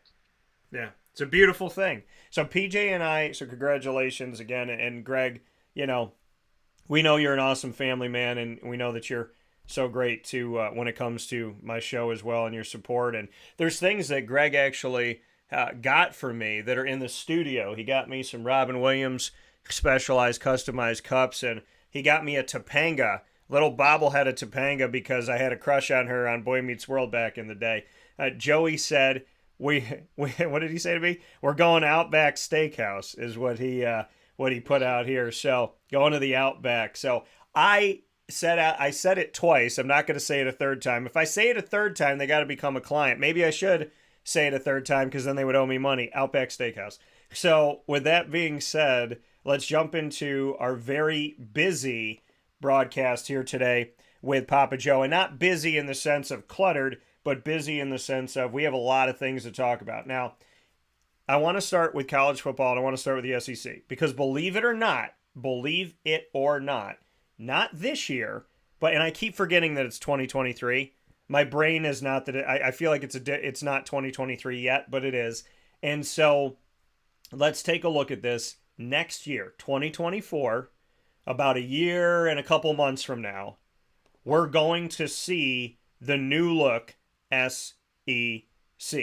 Now, that means Texas, Oklahoma, and God knows who else at this point, because I'm still not sold that Clemson and Florida State, maybe Miami, wouldn't come to the SEC as well. Now, when we look at this, every SEC team will play conference newcomers Oklahoma or Texas in 2024. So Oklahoma and Texas, they're going to play inside of the SEC in 2024, and they're not going to miss anybody. They're not both going to play everybody, but between the two of them, they will cover the SEC. Now, Texas is going to be playing Texas A&M, and that's going to be the first time that they do that since 2011. When we look at this, we're going to look at different matchups here. Now, Georgia will play at Texas, Oklahoma will play at LSU, and Alabama and Georgia are already in the SEC, but they're going to play each other during the regular season, not just potentially in the championship game of the SEC. So, let's look at all this. Last month, the SEC voted to eliminate divisions, just like the ACC did, but the SEC has eliminated divisions and have a temporary 8-game conference schedule to be played in 2024. The commissioner, Greg Sankey, has looked at the potential of a 9-game schedule. Now, if you look at this, it says a long-term 8-game conference schedule would likely include only one permanent opponent, keeping alive rivalries like Alabama, Auburn, Florida, Georgia, while diluting some other things that have been out there. Now, when we look at this, Oklahoma, Texas, which is known as the Red River rivalry, will continue with the game going to be played in Dallas. The Sooners are going to be hosting Alabama, Tennessee, and South Carolina, and they'll be going on the road to LSU, Auburn, Ole Miss, and Missouri in their first season in the SEC. The Texas Longhorns in 2024, as an SEC team, which sounds so weird to say, they will have Mississippi State, Florida, Georgia, and Kentucky at home, and they'll travel on the road to Texas A&M, Arkansas, and Vanderbilt, because yes, Vanderbilt is still an SEC team. Now, as we look at this schedule, there is the thought that coming up in the not-too-distant future, the SEC is going to extend to 9 games in conference. Why is that important? Well, because the SEC, with the addition of Oklahoma and Texas, will have 16 schools. They could, and I believe will, get either to 20 or very close to 20. I could see them getting to 18, but I could see them also getting to 20 schools in the SEC. And if and when that happens, I think if they get anywhere between 18 and 20, they will break away and they'll find a name for it and create their own division or their own league. Papa Joe, 2024 could be the beginning of the end of college football as we know it if it hasn't happened already. What are your thoughts on Oklahoma and Texas in the SEC and knowing the games that they're going to be playing and the fact that Florida will be playing the Oklahomas and the Texases of the world, not in bowl games, but during the regular season? Well, it boggles the mind what Stanky's putting together here. I'm not quite sure that I like not having a divisions, though. When you have that many teams, 16, 18 or 20 teams, what you're talking about, if they don't particularly break off and make their own football season, if they have 18 or 20, they almost have to separate again. I mean, it's logical. And playing, the rest of the country's looking at this and they're saying, well, that's good. Let them play each other. Let them beat each other.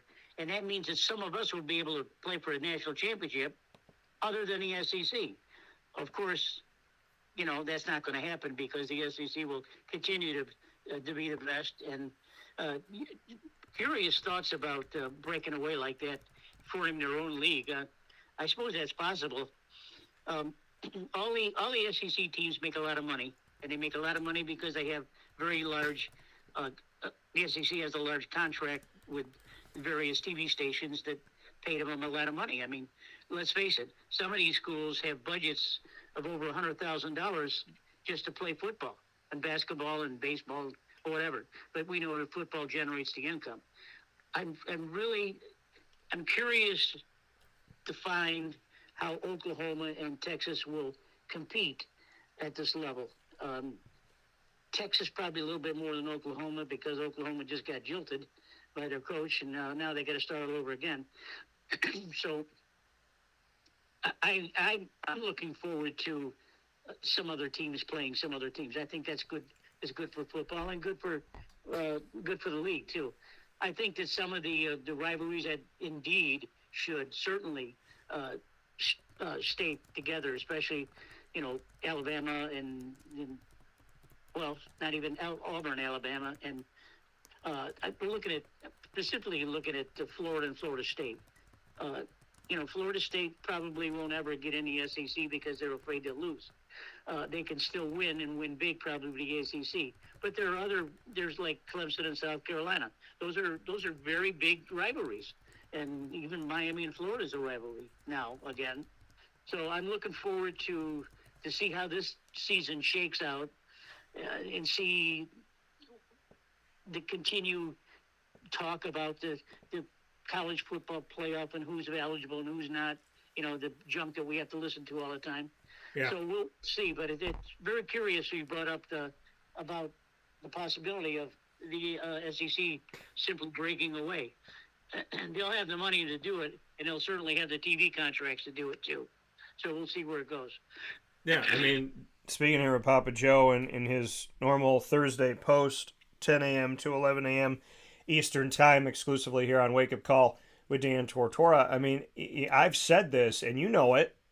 I mean, people that have watched and listened to this show for the last couple of years during COVID can vouch for me. You can vouch for me. Joey could vouch. Many people can vouch for the fact that I have said. Now, I'm looking at articles online that were written 9 months ago or last May, but I've been saying it since, 2020? That the SEC is going to form its own league. How many times have I said that? And I'm a firm believer that the SEC, because they can, because how, even with an expanded college football playoff to 12 schools, how can you tell me that the SEC doesn't deserve half of those spots? I mean, that's what it comes down to. Alabama, Georgia, let's say they're in. Interchange them. One of them's the SEC champion, the other one's in. So you got those two. Then you got a better Tennessee. I think you're going to have an uptick Florida. So now there's 4. Then you look at LSU and what can they do with Brian Kelly. And then we look at Auburn, who's a team that finds their way back every couple of years. So there's 6. Then what happens if Arkansas continues to get better? What about Kentucky being ranked in the top 25? So to me, and now you have Oklahoma and you have Texas. Now Oklahoma and Texas I think are going to struggle, but their pedigree and their history, because we know that the college football playoff rankings and the AP rankings and the coaches poll is not based on what happens this season. It's based on how they feel about the last 72 years, which is ridiculous. But Oklahoma and Texas now give more to the SEC. And Clemson and Florida State, they have rivalries. They have Florida State, and Clemson and South Carolina. If they go, and I don't want them to go to the ACC, or I don't want them to leave the ACC, because if they do, there's a really good chance the ACC is going to have to merge with someone, or they could die. And not that they're going to completely die, but the ACC is in a really dangerous place. And I said it last year repeatedly. The ACC was the only one of the quote-unquote Power 5 that did nothing last year in realignment in the realignment world. The Big 12 poached. So the SEC poached the Big 12. The Big 12 poached the American and then took BYU. The Big 10 poached the Pac-12. You were either poached or you poached somebody else, or both in the case of the Big 12. The ACC did nothing. Their worst action, I said, was inaction. And now a year later, they have still not acted. And my concern for them is that they've missed the boat on some of these teams like the UCFs and the Cincinnatis and teams that can make their basketball better, make their football better, and expanding out into different places. The ACC, I think, has more of a chance of losing Clemson and Florida State than they have of keeping them. Because if I'm Clemson and I'm Florida State and I have the chance to go to the SEC knowing that they're going to form their own league, which is what I believe. It's not something that is set in stone. It's not something that I heard. It's something I believe. Because the SEC has what it needs. They have the money. They have the boosters. They have the backing. They have the markets. They have the pedigree. They have the talent. They have the NFL bridge. The SEC right now can break away and form its own league, and I believe that more people would watch their college football playoff championship than would watch the current college football playoff model. Your thoughts? Oh yeah, I agree with that. The SEC not only is a good football conference, we know that. They're competitive in basketball, maybe not as such as the Western teams. I'm watching baseball. A College World Series getting ready to start in Florida's in that. And I think there's 5 other SEC teams that are playing in the World Series. So there's a lot to be said about the money that's being made for these schools. And if you do it strictly by that, strictly from a financial point of view, it makes a lot of sense to break away and do your own thing, provided you have these contracts in place that I talked about earlier with television and cable and things like that. Most of the big donors, especially in Florida, will pay a lot of money to get rid of a coach, $20-30 million, which I've seen over the last 5 to 7 years, or bring in someone else for $5 or $6 or $7 million a year. So these guys are not afraid of spending money. They got deep pockets, and they got cable contracts and TV contracts to bring in millions. So every school shares equally with the contract, with the cable contracts, and with the TV contracts too. So not only does Vanderbilt, who is an excellent school, it turns out a lot of doctors, maybe not a lot of football players, but they share just as well as anyone else. So all of these, you might think that Alabama, Kentucky, and some of these other ones that just fall by the wayside every year because they get beat up by the big teams. You feel sorry for them. Well, don't, because they still make a lot of money. Yeah, and I mean, that's what it is. I mean, if you're Vanderbilt or you're Missouri, I mean, you got to be happy that you're in the SEC. You're not moving. You're not going anywhere. Because, I mean, you got into the party, and you're just going to sit quietly at the table and let let everybody else go at it because, you got a seat at the table. And that's the reality of it all. Now, the Big Ten to me, PJ, is not good enough to hang with the SEC. I have a belief that the Big Ten made a move out to the West Coast to bring in USC and UCLA from the Pac-12 in an effort to be desirable to the SEC, to tell them you have the southern middle and the southern east portions of the United States. Let us bring you the West Coast and these two prominent programs, plus Ohio State, plus Michigan. Do you believe that the Big Ten has enough to be attractive to the SEC, that if and when the SEC breaks away, like I think they will, that they'll take the Big Ten? Or does the Big 12 become more attractive in their advantageous road that they have taken and the schools that they have added and what they're trying to do? Does the SEC break away from everybody, or has the Big Ten done enough to be the little brother of the SEC, or is the Big 12 coming in?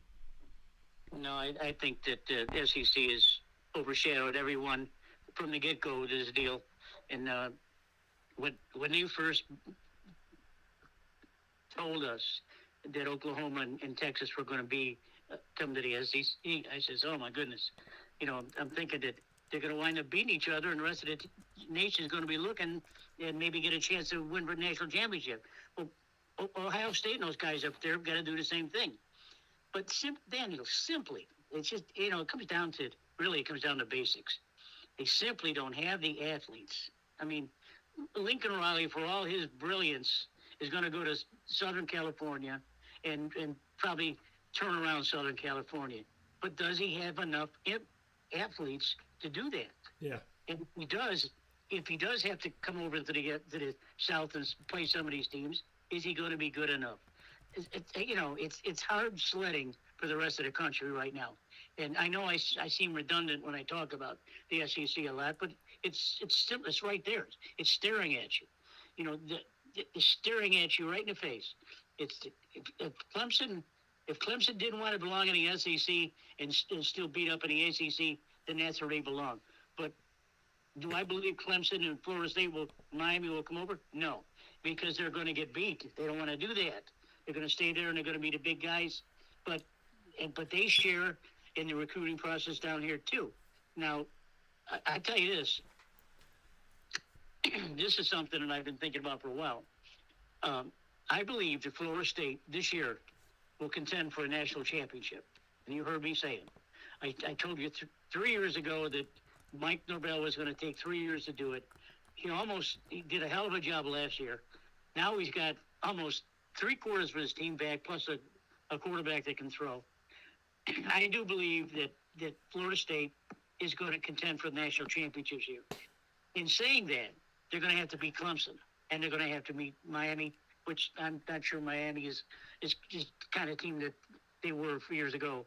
But, no, NC State, South Carolina, or NC State, North Carolina, Virginia, I don't think that they're going to be able to keep Florida State back. I look for Florida State actually to make the national championship this year.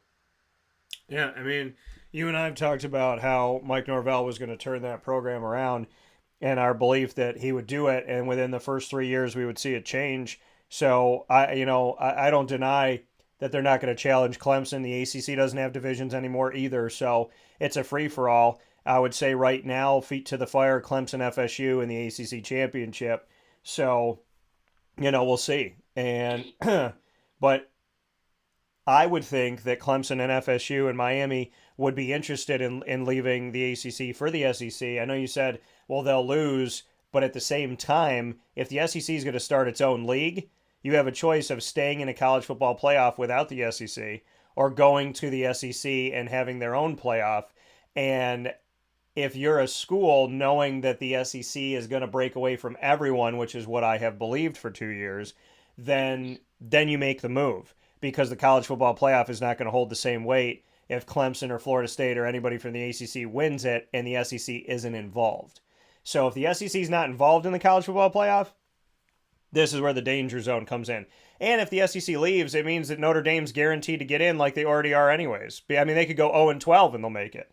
So but to jump to some other things here, because I want to make sure we get to them, here with Papa Joe on Wake Up Call with Dan Tortora, to look at Belmont Stakes. Now, what happened at the 155th race has been marred by the reality that there has been fatalities that have gone on very recently here. Now, 2 horses with the same trainer died at Belmont Park in Elmont during the weekend of the 155th Belmont Stakes. In the 13th race on Saturday, right after Arcangelo had claimed the Belmont Stakes, Excursionist was running an 11-16-mile race with jockey Flavian Pratt.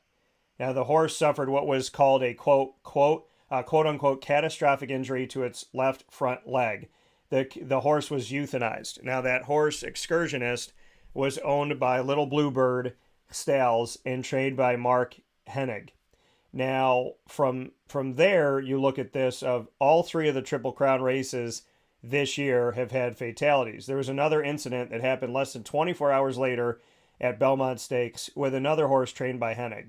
Mashney Girl, owned by Mashney Stable, fell near the quarter pole. The 5-year-old mare suffered a severe injury to her left front leg.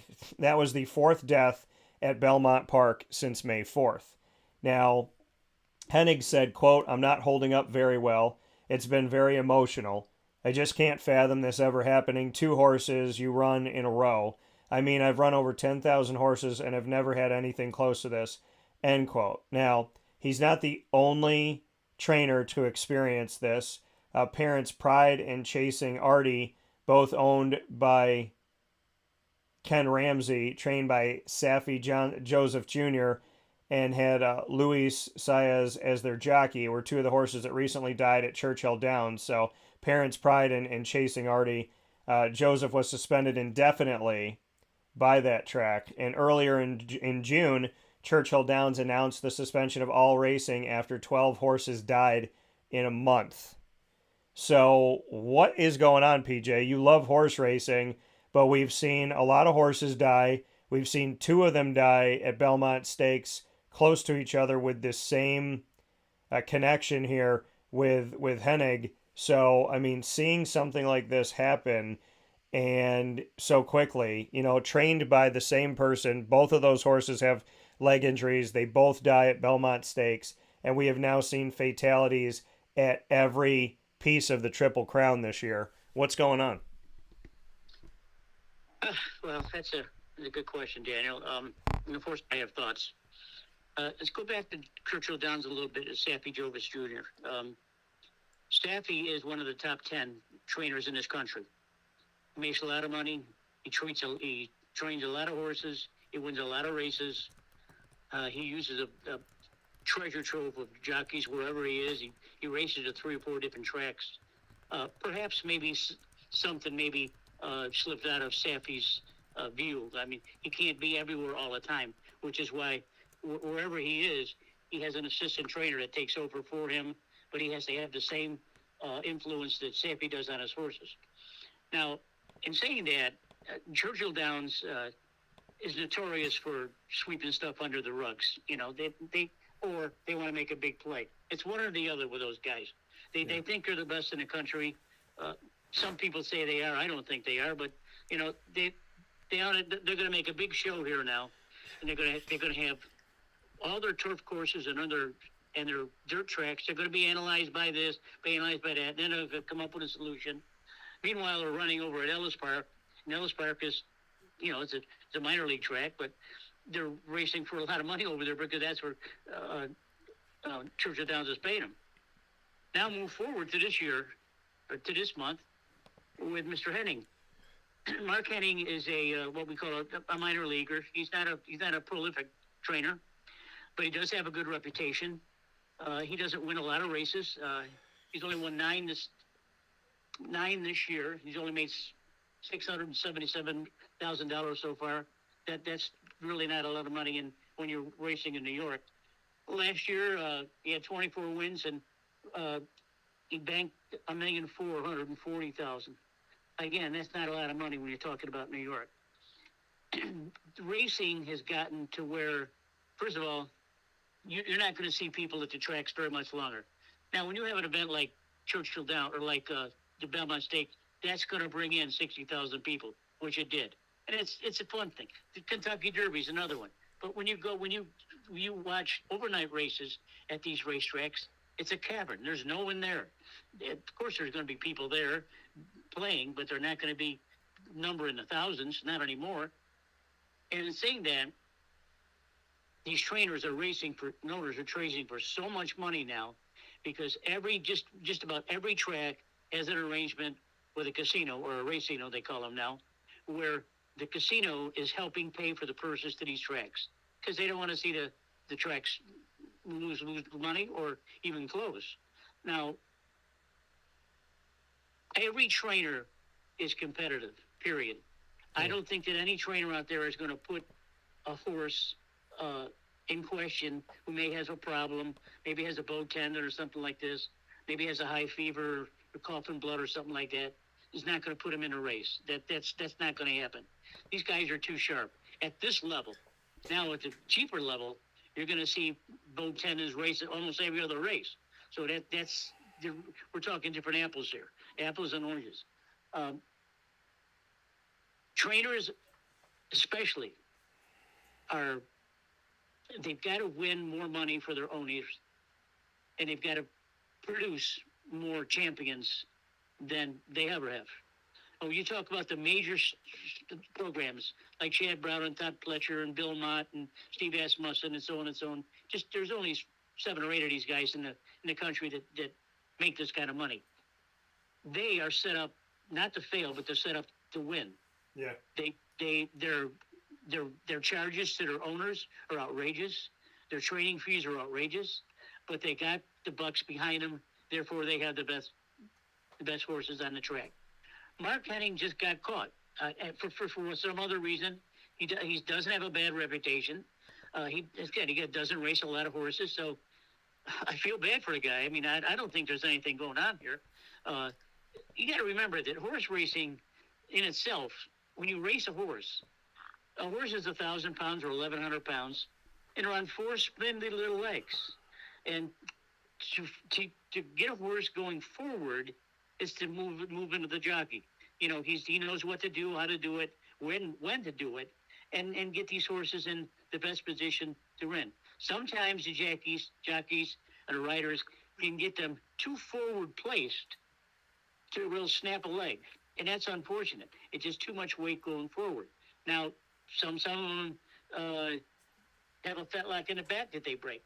Most of the horses that race and are injured because of broken legs, and that's just racing. I hate to say it that way, but that's just racing.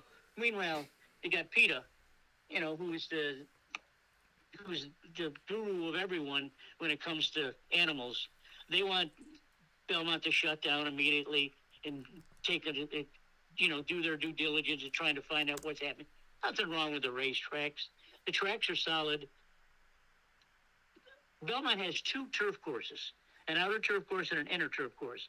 Both of them are like golf greens. They're immaculate. There's not going to be any problems with them at all.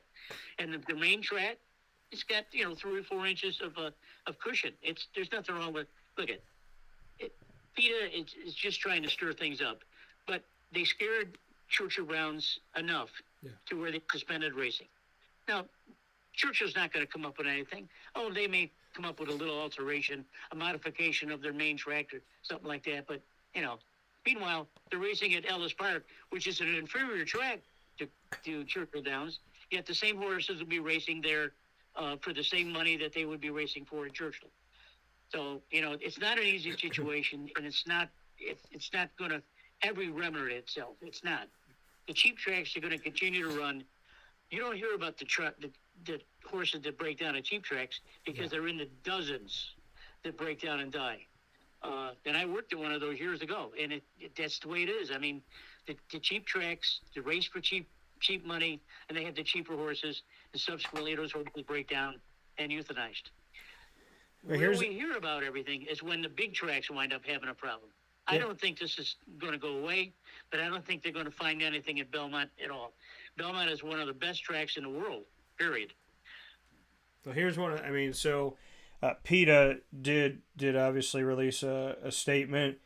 PETA, for those who don't know what the acronym stands for, it's People for the Ethical Treatment of Animals. PETA's Senior Vice President, Kathy Guillermo, released a statement about these deaths at Belmont that happened less than 24 hours apart.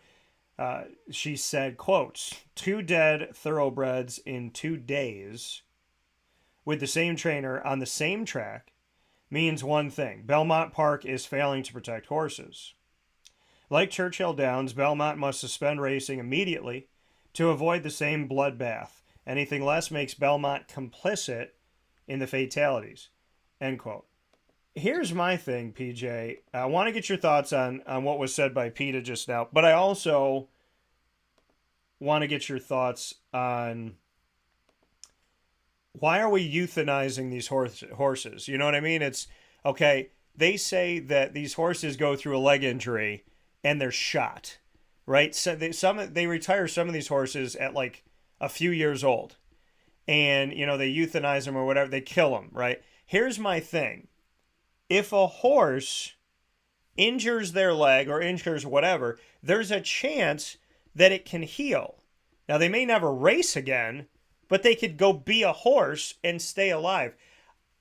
I guess what I find so difficult is a horse has an injury, hurts their leg, catastrophic leg injury or whatever leg injury, and they're like, okay, well, we got to kill the horse. There's no plan of, let's try to rehab this horse. Let's try to see if we could fix this. Let's bring in a vet and see what we can do. I feel like it's such a knee-jerk, outrageous reaction that when a horse gets injured and they're involved in horse racing, it's like, well, we got to kill the horse. Put the horse down. Like any injury, put the horse down. And I would love to get your thoughts on that, because I feel like it's just insane that it's like, oh, something happened to the horse? Well, let's kill it like 5 minutes after it won a race. Daniel, those horses will never be the same. First of all, you can't save a horse with a broken leg. They'll never stay still if you put a cast on them, if they put pins in, if they put braces in them. They're gonna kill themselves in their own stall because they're uncomfortable and they can't handle it. You will not find a trainer that will try to save a horse with a broken leg. That's what happens. Now, I watched both of those races that I'm a client of Naira's. I watch all the races all the time when they're on TV. I saw both of those races, and I saw both of those horses snap and both of their jockeys go down. The jockeys are tough, I'll tell you. But in order to euthanize these horses, they make a decision right there on the racetrack. Yeah. They take them to the barn area, put them in a stall, and kill them. They do it right down on the track so the horse doesn't suffer. That's important. That's important to know that. People think that just because they think that trainers are nasty, mean people. Well, they're not nasty, mean people. Look at the 2 horses that raced, that broke down. Were both allowance horses, what I call allowance horses. They're not cheap claiming horses. So they were valuable at one time. especially I think the second one and the next day was a maiden race. Now, when you race a maiden race at Belmont, your horse costs a lot of money. I'll guarantee you that. You put a horse that's worth a couple $100,000 in a maiden race, and then she snaps her leg. That's a problem. But most of these owners have insurance on the horses. Trainers have insurances. But you're not going to get any horse to heal with a broken bone in her legs and live. It's just, I don't know. I guess it's just hard, especially when you love animals like I do. It's All right, just let me get one other point here. Yeah, go ahead. On Go ahead. that. Go ahead. When you see a horse fall, and you don't see the snap of the leg, well, then you think that maybe she bowed a tender or something like that. If the horse can get up and can walk on its own to the ambulance or walk back to the barn area, Yeah. then that horse is going to be saved. But it won't race for that trainer anymore because it's got a problem. Most of the time, it's a bowed tendon. Bowed tendons you can't fix. So, if you bring the horse, it's going to take you 6 months to get the horse back to race anyway, whoever gets the horse. And that horse is not going to be racing for allowance money. It's going to be racing for cheap claimers. So in that respect, people have got to see that. If the horse gets up on its own and even walks back to the ambulance or walks back to the barn area, that horse will probably be saved. But the ones that snap their legs, no. I mean, I know you've been around it so much, but I mean, it's a living, breathing being. I mean, it's I don't know. To me, it's hard to just see it as, transactional. I mean, I can't imagine having to euthanize anything, and I think that's the hard part. Like you said, I mean, the horse may be in pain, the horse may not heal, but it's just, I mean, this because I guess what I'm looking at it too is like we're using these horses, right? We go out and find these horses as human beings. We go and put them in this sport, and we use them. Now, this horse could have ran wild and had a long life, but we made the choice to take the horse out of that life. We made the choice to take the horse out of that stable. We made the choice to take the horse out of the wild and put them in this situation. And because of the situation we put the horse in, if the horse gets injured, we kill the horse. So we took the horse out of its element, used it for our advantage, and then we get rid of it if something happens to it. But are we not responsible? Because if we never took the horse out of where it was, the horse wouldn't be injured. You know what I mean? Like, that's the hard part for me. Well, when you have to make the decision to put a horse down, it's made almost automatically on the racetrack itself. First of all, the track veterinarian is there, the state veterinarian's there, possibly the trainer's there. The owner may have scurried over there too. So when you see a horse, see, Daniel, you've never seen a horse break down, fall on the ground, and try to get up with one of its legs flapping in the wind. That's disgusting. And right then and there, you put the horse down. Those decisions are made by professionals at the time of the accident. They're not going to let the horse get up. They're not going to let the horse thrash about. The horse is in pain as it is. He's neighing all over the place. He doesn't want to be bothered. And, you just shoot him right there, and then shoot him. You give him an injection, of course. But that's how it's done. It's not done to make PETA pissed off, although they don't need much to get pissed off at. They're pissed off at everything.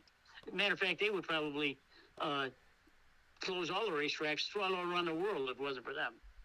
If it was up to them. But that's how it's done, Daniel. It's not done. You don't have to take a lot of time to do this. But I mean, you see my point of the horse would never be in the situation if we didn't take that horse out of the wild. You know what I mean? Like if we didn't breed that horse, if we didn't take that horse from the stable, if the horse wasn't chosen to race, then that horse could have lived a long life, never gotten injured. You know what I mean? So it's like, are we not responsible for that horse breaking its leg because we put them in the sport? That's what I'm saying. All right. Now, you have to understand how valuable these horses are at a place like Belmont. When you breed a horse, you're breeding a horse. First of all, you have to own the horse. Yeah. If you're fortunate enough to have a nice little horse, maybe he's won some races, or she's won some races, especially a she. I'm going to tell you some numbers that are absolutely going to boggle your mind. So wrap your head around it. When you breed a horse, I'm going to go to the top of the ladder here right now. The most valuable horse in our country right now is a horse called Into Mischief. He's worth over $500 million. His fee for breeding is $250,000 to the mayor that stands and nurses his foal. Now, on a year, Into Mischief will probably fertilize 50 mares. Now those 50 mares, there's going to be a few problems. She's going to have a problem. She's not going to be able to get full out, and she's not going to be in danger of dying. But the foal certainly won't make it. So of those 50, maybe half of those will get to the races. Maybe 2/3 of those will be in racing for good company and making a lot of money. If you're an owner and you're a trainer, and you want to breed to Into Mischief at $250,000 every time. Yeah. You got to have big bucks and you got to be patient. That horse, that little foal, is brought into the world as a baby, as a weanling. He's sold at a sale as a yearling. That's 1 year done. He's sold if he doesn't want to be kept by the owner. He's sold at a sale again as a 2-year-old in training. That's 2 years now. Now, who's paying the bills for all these guys? These are the owners and the trainers that are trying to keep the horses ready to race, trying to get them ready to race. Then they try to make their maiden appearance either as a late 2-year-old or an early 3-year-old. Now you're into the 3-year-old year. And these horses, well, first of all, would never been born, obviously, but they've been born to race. That's how you think about it. It's a multi-billion-dollar business.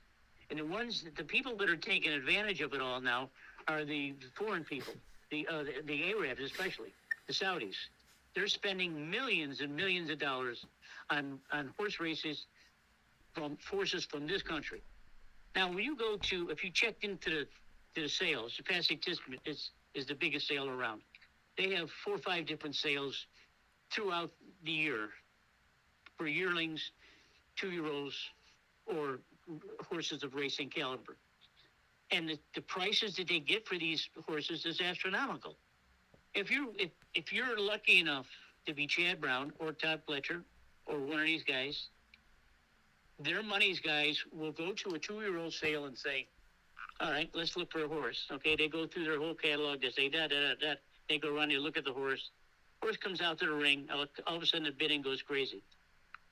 Chad Brown, on Thursday, I think it's Thursday or Saturday, has got a horse in his maiden race that cost $1 million to buy. Yeah. As a baby, as a weanling or a 2-year-old, $1 million.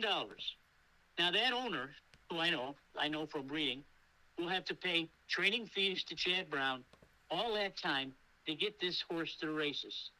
Now, as it is, he's getting to a race as a 3-year-old, which is usually later than they want. But Chad Brown is very careful. He doesn't push his horses.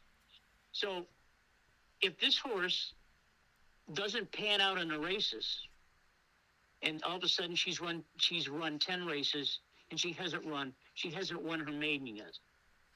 So what do you do with that horse? Well, you certainly don't kill him, but you drop him down into a claiming category, and someone else will claim the horse and buy the horse, and they'll try their luck to see if they can get the horse to win. It's a multi-billion-dollar business, Daniel, and it has nothing to do with not taking the horses out of the wild. Thoroughbred racing and breeding is a multi-billion-dollar business. It's not going anywhere sooner and later. And they're racing for a lot more money now because of the casinos are giving them more money for the purses. Yeah, no, and I appreciate the breakdown because, I can't pretend to know, a star in the galaxy of what you know about horse racing and being around it, it's hard. It's a hard thing, and it almost and it like parallels to human beings that you play these sports that you love, right? These horses race, they get hurt, and then I mean, you see these wrestlers and I mean, I was just at the International Boxing Hall of Fame weekend. Some of these boxers can barely walk. And so, I mean, you look at this incredible sport and you say to yourself, because of this sport, this person can't walk and they struggle. And, they can't, putting one foot in front of the other is tough. The difference is they don't get shot or euthanized, but it's the sad side of the sport because there is a beauty in horse racing. I mean, I know even in like greyhound racing that, here in central New York, when the greyhounds finished up racing, you could adopt them. And there was a guy down the street from my grandma, from G Mama, that adopted 3 of them. And they were beautiful, all different colors, just incredible and exquisite. And it was great to see their life after racing. So it's hard. And like I said, I appreciate your background in it and giving all that information that I didn't know. And at the same time, it's the hard part of the sport. And it's something that's tough to grapple with, and because life is. Even worse than this, Daniel. And this is something you can wrap your head around too. Now, greyhound racing, there is none. I think there's one or two tracks left in the country that are racing. Everyone else is closed down. Yeah. And Pete has done a very good job with shutting down the greyhound racing. Yeah. Now, greyhound racing is again very competitive, but they're not in a class of thoroughbred racing. It's like they don't race for the kind of money. Dogs are easier to take care of, easier to train. Now, I happen to. Well, I'll tell you first what I'm going to say. There's minor league and there's major league racing at every level. Thoroughbreds in good thoroughbred tracks and bad thoroughbred tracks. Believe me, horses are killed on cheap tracks a hell of a lot more than they are on big tracks. Now, go to the thoroughbred or to the greyhounds. The greyhounds, the big tracks race for good money. The small tracks don't race for nothing. So what happens to these dogs if they can't race on the track? If they just don't have the heart for it, or they're just slower than the rest of the dogs? Yeah. You're going to like this, but they kill them. A trainer will kill half of his kennel if the dogs can't race, and then you'll start all over again with other horses. Yeah. And the owners, they don't want nothing to do with that. They just say, listen, I can't pay your trainer fees anymore, so do something with the dog. You can kill a dog for all I care. And that's what they do. It's terrible, and that's one of the reasons why the greyhound racing there isn't anymore. So, there's good and bad with racing. Personally, when I look at the thoroughbreds, and I research a lot, I do a lot of reading. I know what I'm talking about with it. Yeah. I only race. I only look, and I'm part of NYRA. I don't care about Churchill Downs or Laurel Park or Monmouth Park or Gulfstream, any of these other places, Santa Anita in the West. I follow the horses that race on NYRA. Yeah. Now, in wintertime, most of the good trainers will go down to Gulfstream Park. It's called their championship meet down there. 4 months down there, and they race for pretty good money down there. But it gives these guys and horses a chance to rest over the winter before guys like Chad Brown and Todd Fletcher can bring them back to the spring racing at Belmont. Meanwhile, they'll still race some of their horses, lighter horses if they have to, down at Gulfstream. Now, Aqueduct runs what's called a winter meet at NYRA. It's wretched. It's awful. But they still handle $6, $7, $8 million a day. The conditions are terrible. The tracks are in good shape. Barn area's in good shape. Just the weather, let's face it. Who wants to run when it's 25 degrees out? But you have to race it. NYRA races year round, and they do a good job with what they're doing. So there's some good instances with thoroughbred racing and some terrible examples that I just cited from greyhound racing. So whenever you see a greyhound that you see as a pet, you can thank the person that bought it, because that person wasn't there, it would be dead. Yeah. Well, I mean, in that, yeah, I can't even with that. I can't even wrap my head around. I mean, I can wrap my head around it, but I don't even want to think about it. And and there was a tragic story with the person that had actually adopted those 3 greyhounds that makes the story that I know even more sad. But at least he had adopted them and saved them. So it is. The racing is a beautiful thing, but like any sport, there's its own side of it that can be tragic or can be harmful or can be scary. Damar Hamlin, no prior heart condition, nothing.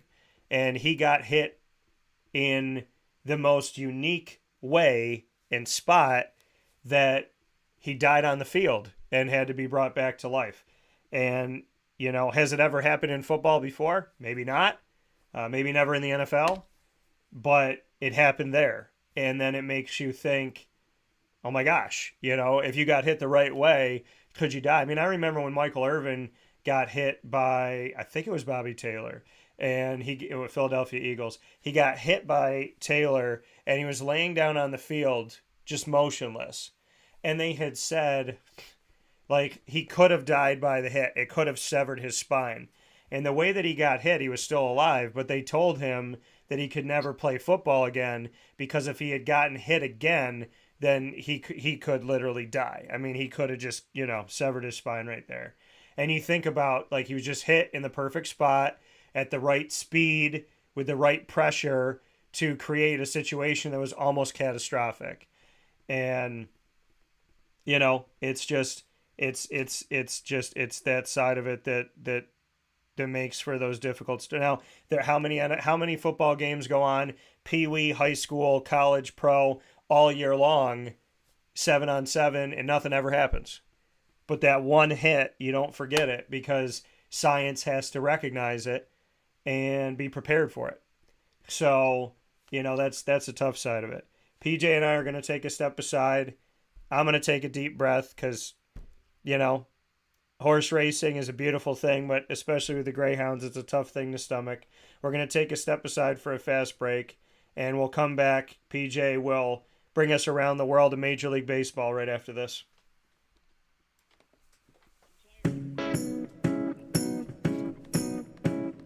In these unique times, there are those in our community that give us a sense of normalcy and positivity. Pizza Man on 50 Oswego Street in Baldwinsville has been here for you for over 35 years and is here now.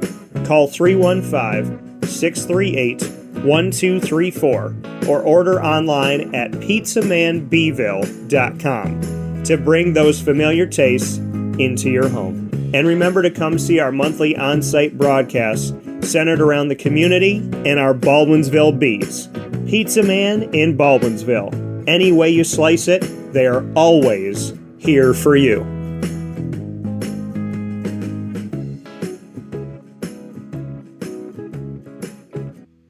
I'm George Townsend of Honda City with some good advice when buying a new car. The true cost of owning a new car is determined by the appraised value when you trade it. No vehicle appraises higher than a Honda. Next, look for low APRs and deep discounts. You also want low maintenance costs and great fuel economy. That's why my advice to you is to buy a new Honda. Looking pre-owned, visit our Honda Certified Used Car Center. Honda City, 7140 Henry Clay Boulevard, Liverpool, or HondaCity-CNY.com. It would be a pity if you don't shop at Honda City.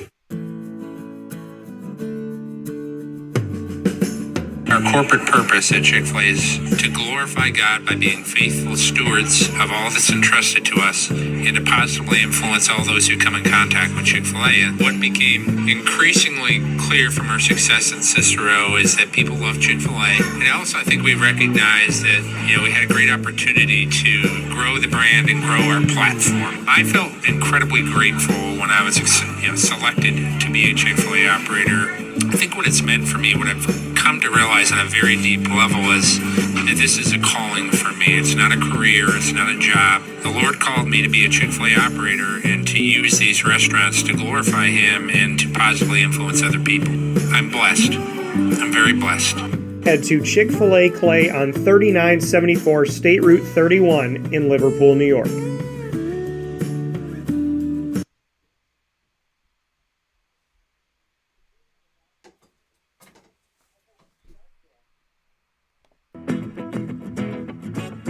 Hi, this is Amy from Mother's Cupboard, home of the whole frittata. We are open daily 6 a.m. to 1:30 p.m. For takeout orders, call 315-432-0942 and tune in to Wake Up Call with Dan Tortora for our monthly food challenge and try our Wake Up Call signature menu item available 7 days a week. Here at Mother's Cupboard, we are Central New York, and it's our honor to serve you. Ma and Pa's Kettle Corn and Popcorn Factory remind us that every day is worth celebrating. Find them at 201 Old 7th North Street in Liverpool, New York, open Monday through Saturday in-store and all the time online at maandpaspopcorn.com. Serving our Central New York community and beyond, you can order all throughout the country at maandpaspopcorn.com. And remember to get your tins, which have in-store half-price refills forever. Ma and Pa's Kettle Corn and Popcorn Factory, available to you for fundraising and all of your events by calling 315-450-6272. That's 315-450-6272. Ma and Pa's Kettle Corn and Popcorn Factory. How corny are you? This is a special message from Merritt Brady, owner-operator of Chick-fil-A Watertown on 1290 Arsenal Street in Watertown, New York. Chick-fil-A for me has always been about the people. I think it starts with the strength and leadership of the Cathy family. It's just amazing to see a family-run business reach the altitude that they have. Second mile service is something that we embodied at my previous business, and the ability to make people feel like they're the only person at your establishment, that you are there to serve them that day and looking for those extra ways to make them happy, to anticipate what they need next is what makes me tick. And I'm going to have so many opportunities at Chick-fil-A to do that. It's one of my favorite things to eat in the world. My favorite application question or interview question when I'm interviewing is when I get to, have you ever eaten at Chick-fil-A? And a smile hits both their ears. You know, they can't even answer the question for a second. And when I see that, it's like, man, that's going to be a great hire. They already get it. They already feel it. They already know that we're different. The Chick-fil-A experience, it's a real thing. And then, of course, just our generosity and community involvement and making a positive impact in the lives of our team members, our guests, and the community in general, I think is really the secret sauce.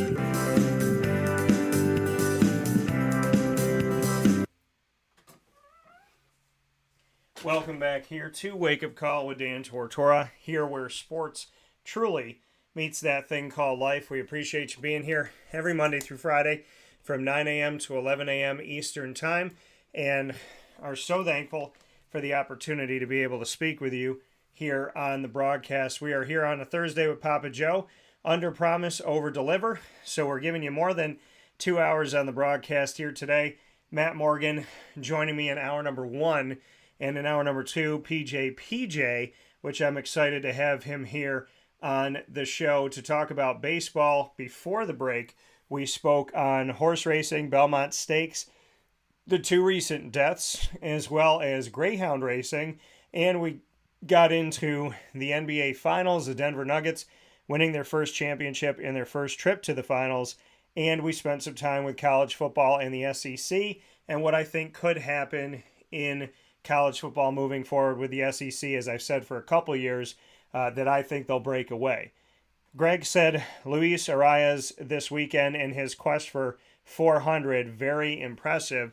PJ, your thoughts on the baseball world? I'm going to open it up to you on what's on your mind in Major League Baseball before we saddle up for the day. I want to go through my normal situation here with the standings. I didn't get to do it last week. Yeah. I'll give you the standings and what I think as going forward and individual players. Start with the AL East. The Rays are still continuing to play great baseball. Watch them yesterday sweep a doubleheader from Detroit. Detroit's terrible, but the Rays are 49-22. They're not going to stop. The O's are 5 games behind, and the Yankees are 9 games behind. Now, think about that, folks. The lowly Tampa Bay Rays, again, are beating the hell out of the New York Yankees. Yeah. At 9 games behind. So, you Yankee fans out there, start praying. I don't know if Aaron Boone's going to wind up lasting the season or not. In the Central Division, we got the Twins at 35 and 33. Cleveland is 3.5 back. Chicago is 5.5 back. Have you heard me before? This division just doesn't go anywhere. But it's good baseball when you want to watch a game. The West, you got Texas at 42-25. Houston's 3.5 back. My Angels are 5.5 back. The Angels last week were 8-2. And they still didn't gain any ground on Texas. Texas playing great baseball. I don't think they're going to last because I think Houston's a better team, but that's my opinion. Let's go to the National League East. Atlanta's 42-26. Play great baseball. Miami, 4.5 out. Philadelphia's 8 out. Atlanta was 8-2 last week, and they're just grinding it out. They play really good baseball. They steal bases. I love to watch them steal bases. Ronald Acuna is, if he's not the best, one of the 5 best players in baseball today. The kid can do anything. Central Division to Pittsburgh. Please help me. It's 34 and 32. Milwaukee is 1 game back. This is Milwaukee's division to lose. The rest of the teams aren't that good. Milwaukee's 1 game back. They were 3-7 last week. They're not going to gain anything on Pittsburgh.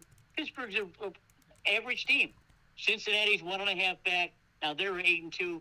Now you got to watch this kid. They brought a kid up from the minor leagues named Dela Cruz, and this kid's the real deal, Daniel. This kid's the real deal. Hits 400-foot home runs, steals, hits for average, plays great. This kid's one of the best players I've seen come up since Mike Trout. That's how good he is. Out in the West, we got Arizona at 41-27. They were 6-4 last week. They're keeping ahead of LA, which is 3 games behind. And San Francisco's 5 games behind. But the difference? Zona was 6-4 last week. LA was 3-7. There's the difference right there. Let's go to hitting. In the American League, I got Dante Bichetta's hitting from Toronto is hitting 319. Yep. Yep. Diaz from Houston is hitting 311. Morgan Field is hitting 308 for Toronto. You've got McClanahan from Tampa has got 10 wins pitching. Evaldi's got 9 wins from Texas. Garrett Cole's got 7. Cole's in a little bit of a slump. He started out really good. I think he was 6-1 or so. In the last month, he's only won 1 game. So they're starting to catch up to a little bit. McClanahan, I saw him the other night.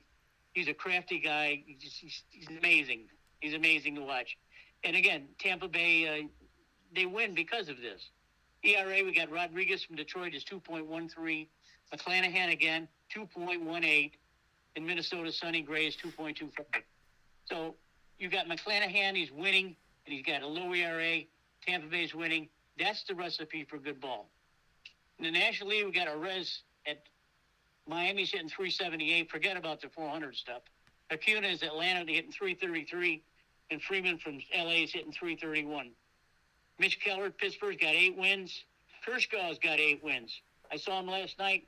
He looked terrible. He gave up a couple home runs, but wound up winning the game. Or I don't think he got a decision. Marcus Stroman from the Cubs is 7 wins. Stroman with the Cubs is a 2.42. Stroman's a tough guy to watch. He's a punk, really. He's emotional on the mound, and you really shouldn't do that to other players. I mean, eventually he's going to get caught up to him. He just got to tone it down a little bit. I mean, it's good. He's a good pitcher. It's good. He's got a low ERA, but when he starts going through these teams 2 or 3 times, you better watch him. Bryce Elder from Atlanta's got a 2.69 ERA. Kershaw is a 2.95. Your favorite player, Pete Alonso, got 49 RBIs and 22 home runs. Martinez from LA's got 47 RBIs. Olsen, Muncy, and Schwarber have 18 home runs. Of course, we know Alonso was hurt. He's going to be out for 4 to 6 weeks. What can you say? It's terrible. On the American side, Ohtani got 21 home runs. Last night, he had a 453 job. 453 feet. Gone. Judge has got 19. He's not playing now, so. Got Rafael Devers, who I think is probably the best player in the American League right now. Got 56 RBIs. Ohtani's got 52. Ohtani's 5-2 as a pitcher, 3.32 ERA. Now, check this kid. He's amazing. I mean, every time I see him, I something else stands out about this kid. I mean, he's so dominant on a mound when all his pitches are good. And at the plate, there's a reason why Mike Trout is not hitting very well. And the reason is Ohtani, because they can't get past Ohtani to get to Trout. And Trout is disappointing. Trout is hitting 252, 14 homers, 37 RBIs. For the last month, Daniel, he was at the Mendoza line at 208. And before that, they're getting him out on fastballs, which he used to kill. Now he's below the Mendoza line, batting 174. They're getting him out with fastballs. Baseball is an extremely difficult game to figure out, and even more so to play. So when I think Mike Trout is the best player I've ever seen, and that includes Mickey Mantle, but he's got to come out of this. If he doesn't come out of the slump, he's not going to be thought of in the same way anymore. That's it in a nutshell, Daniel. Well, and I do want to make mention of something that is very important. Of the 30 MLB franchises, 30 teams in Major League Baseball, 5 of them have at least 40 wins currently this season. 5 of 30. That's a sixth of the league. 1/6 of Major League Baseball. Those teams, the Tampa Bay Rays of the AL East, nobody in the AL Central yet, the Texas Rangers of the AL West, the Atlanta Braves of the NL East, and the Baltimore Orioles of the AL East. The other team of the NL West, the Arizona Diamondbacks. 41 victories, leading at the time of our conversation the NL West by 3 games over the Dodgers. Your thoughts, PJ, on only 5 teams currently having 40 wins of the 30 MLB franchises, and the Arizona Diamondbacks in first place of the NL West and over 40 wins on the season? Well, I've caught them a few times, and I like the way they play. They play aggressively. They got some decent pitching this year. I think that's probably going to carry them most of the way. Daniel, I don't think they're made up for the long haul, though. I just don't. I don't feel it. They've won some games. They've been lucky to win some games. They've won some overtime games. That it's just something. There's something not clicking for me with them. I admire them. I think they're doing great, and they're certainly the best story in baseball right now, other than the Baltimore Orioles, who also came in last year. But they're missing something. I wish them luck. I hope they're okay. You're talking about some teams with a few teams over 440 RB or 4 wins. I think it's a parity. I think the guys can now go around the league, interleague, whatever you want to say. They can sign their deals for 2-3 years, play somewhere else 2-3 years, whatever. The guy that is going to be in a team forever is just. I think that's gone. I think the parity has really solved that. I think that the amateur draft has produced some fabulous players in the last 5 years, and so with all of these things mixed together, I think some of the poorer teams can draft a little bit higher and formulate their plans for the future with these kind of players, and the big teams can spend the money, like who was it, $332 million. Was the Yankees, I think, $332 million payroll. I mean, that's obscene, for crying out loud. That's filthy, as we would say. Well, yeah, I mean, and again, I mean, we're seeing these teams do it. Are you surprised that of the 5 teams in Major League Baseball of 130 franchises, The only teams, those 5 teams that have got at least 40 wins, come from the East divisions and the West divisions. There's no team in the AL Central or the NL Central that has broken the 40 win total at this point in the season. And when we look at that, when I say at this point in the season, we look at how many games have been played in Major League Baseball at the time that we're talking, and teams have played somewhere around almost 70 or right around 70 games, a little bit over 70 games. So in a 162 game season, we're almost halfway there. So being almost at the midway point for Major League Baseball, which is really hard to believe that we've almost hit the midway point, to be almost halfway through the season, are you surprised that the 2 Central divisions don't have any teams with 40 wins? Well, I'm surprised at Milwaukee because Milwaukee started out good. They got 2 all-stars pitching, Corbin Burns and the other guy, I forgot his name. But Milwaukee should be playing a lot better than they are.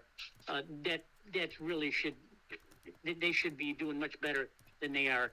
I'm surprised. I'm really surprised on Arizona because even when I did my research before the season started, I didn't have them at all in anything, and I didn't have Baltimore either. So that's how much I know. But they're playing well, and they should be congratulated. Parity is really driving baseball, just like it does football. If you have a Hall of Fame player guy or an all-star every year who wants to leave your team and go to somewhere else, he's going to make a difference on that team and possibly even make a difference for a pennant. So guys moving around a lot on the parity is helping. Yeah, I mean, it's good to see this, and it's good to, I mean, it's just interesting. By the midway point, 5 teams have got at least 40 wins again, and none of those teams are in the Central divisions on either side. Any as a final note here, PJ, any thoughts on the Jacksonville Jaguars since the last time you were on the show? And I actually did it last week, and I showed the video of it. Is that when the stadium got unveiled, the new stadium idea for the Jacksonville Jaguars and things going on in Jacksonville, Florida in general, I unveiled it on the show, thanks to firstdownjacksonville.com, which is where the Jaguars have all this stuff.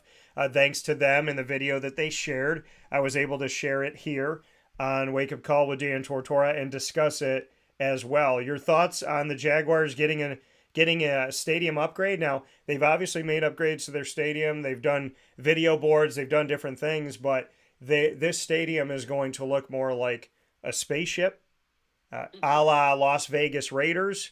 At the same time, the experience is going to be totally different.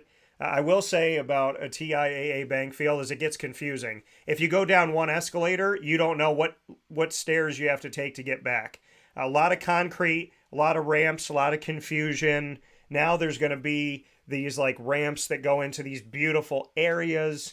And I mean, the rendering of it and what it's supposed to look like is absolutely incredible. It's like an indoor shopping mall, indoor city. Probably, in my opinion, the biggest upgrade to the Jaguars stadium is going to be the fact that the ceiling of it, that there will be this crowd covering something to prevent standing in direct sunlight for 3 hours. So I think probably the biggest upgrade is going to be the protection of the fans from the sun. What are your thoughts on the Jaguars stadium, thoughts of the future?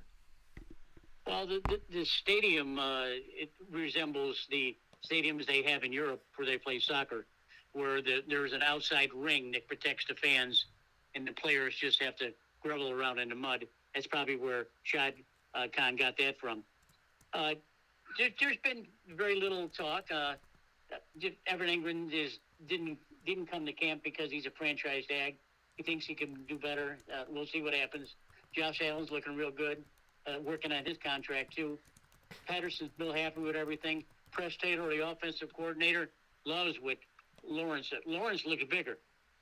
He looks bigger. He looks stronger. He's always a big, tall guy, but he wasn't really wide, He's looking a little bit now. I think he's going to be more of an attack kind of a quarterback this year.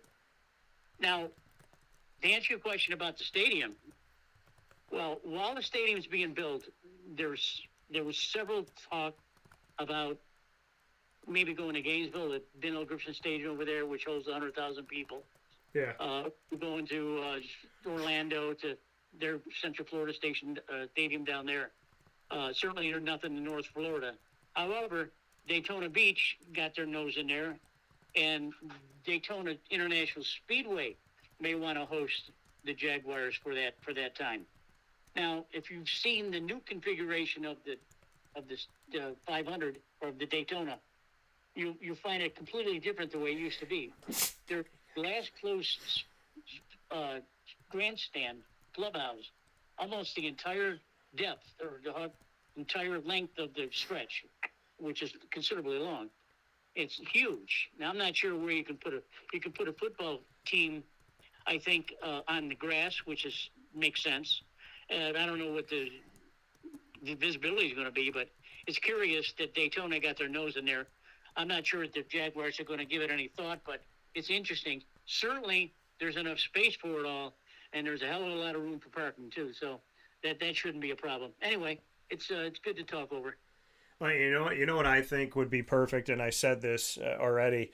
Camping World Stadium, which is used for multiple bowl games and used to be the old Citrus Bowl, as far as I know, that is relatively vacant throughout the year, and I think you have somewhere between 60 to 70,000 seats, may have more. So you got a 70,000 seat stadium in Orlando, minutes from Disney, minutes from Universal, minutes from SeaWorld, that you don't have to fight college for using. You don't have to fight another pro team for using. You don't have to change anything about it. You don't have to, like a Daytona 500, you don't have to turn it over into something else. So to come into a stadium with the seating, with the concessions, with the parking, with the availability that has hosted bowl games with tens of thousands of people, if they go to Orlando and they go to Camping World Stadium, they will have the parking, the seating, the venue, and they won't have to contest or have to deal with any scheduling issues or team practices. I think Camping World is the best one. Okay, well, that's interesting too. Daytona has all that except visibility. Now, what I think is if they consider Daytona, I think probably on each end of the field, whatever the field that is going to be on the grass, they're probably going to erect portable grandstands, so you can look straight ahead and you can look at the game from the end zones. But the other side of the track is the garage area for all the cars and stuff. So that's the only way I envision that to be. And I'm not sure that that's an easy project, but Daytona certainly has the parking, and they certainly have the concessions. That's for sure. And they're expensive too. Yeah. So it's something for Shad to think about. And if he's going to deal with Daytona, it's going to cost him a lot of money, though. Well, and I think it's better if they go to Orlando. Like I said, the facility's already ready. It's already set up. It's set up for football teams to be there, locker rooms and whatnot. It's set up for the fans. It's set up for the parking. It's right in Orlando. You can get from a lot of cities. You can have a direct flight to the Jaguars. And for a lot of families that are in town or just people that live in Orlando that have never been to a Jaguars game, you're going to be in the mecca of amusement. And I think that they could get a lot of new fans from it, as well as, like I said, direct flights straight to the stadium. So Orlando, to me, makes the most sense. Camping World Stadium makes the most sense. Logistically, it makes sense over and over and over again for many different layers. So we'll have to see what happens. But, again, of all the places God could put me, he always seems to put me in places with the biggest stories or the most unique angles and different things. And here I am covering the Jaguars for my 13th year. And as they get set to do these stadium upgrades, I'm going to be covering the next 2 years of a very unique situation, which is going to give me a very unique experience, which will be unique to the entire NFL, to the country and the world. And I get to tell the story. So, above everything else, PJ, God always finds a way to give me a big hug and slap me high five, and I'm ready to get after it. Okay, bud. That coming from Papa Joe. We'll talk with you soon. All right, bye-bye. Take care. That coming from PJ here on Wake Up Call with Dan Tortora, where sports truly meets that thing called life. We want to thank you for being here with us. Some extra time today, so we appreciate that very much here where sports meets life on Wake Up Call with Dan Tortora. So happy to be here on youtube.com/wakeupcalldt, facebook.com/wakeupcalldt, and on wakeupcalldt.podbean.com. So however you're connected with the show, we definitely thank you for being here with us. And of course, once the shows go live, you could jump into our archives and hang out with us on Facebook at on Amazon Music, Audible, iHeartRadio, iTunes, and Apple Podcasts, as well as MixLR, Player FM, Podbean, Podvine, Spotify, Stitcher, TuneIn, YouTube, and more. You can go to Podchaser now, and you can also find your way over to Boom Play. And on any one of these outlets, you could just search Wake Up Call with Dan Tortora, or one word, Wake Up Call DT, and you'll find us there. Well, big thanks to all of our incredible partners of Wake Up Call with Dan Tortora, Carvel DeWitt, the Wildcat Sports Pub, Mother's Cupboard, as well as Canine Camp Dog Daycare, Chick-fil-A Cicero, Chick-fil-A Clay, PB&J's Lunchbox, Avicoli's Canine Campground Dog Boarding, Chick-fil-A Watertown, Ma and Pa's Kettle Corn and Popcorn Factory, Great Lakes Honda City, 317 at Montgomery Street, Pizza Man, and of course we are the exclusive multimedia marketing partner of your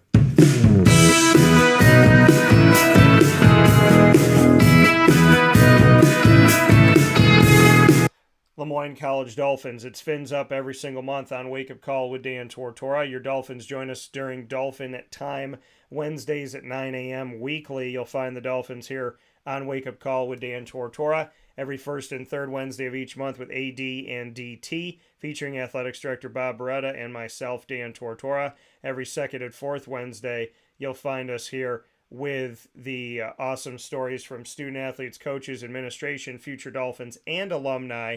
And you'll get to see all of them in the Dolphin Dive, diving into the stories of student athletes as well as, like I said, coaches, administration, future Dolphins, and alumni. You could find out all of this by going to the Lemoyne tab on wakeupcalldt.com, as well as by going to our YouTube channel and making sure to subscribe on youtube.com/wakeupcalldt. For more information on your Dolphins, go to LeMoyneDolphins.com, and as always, Fins Up.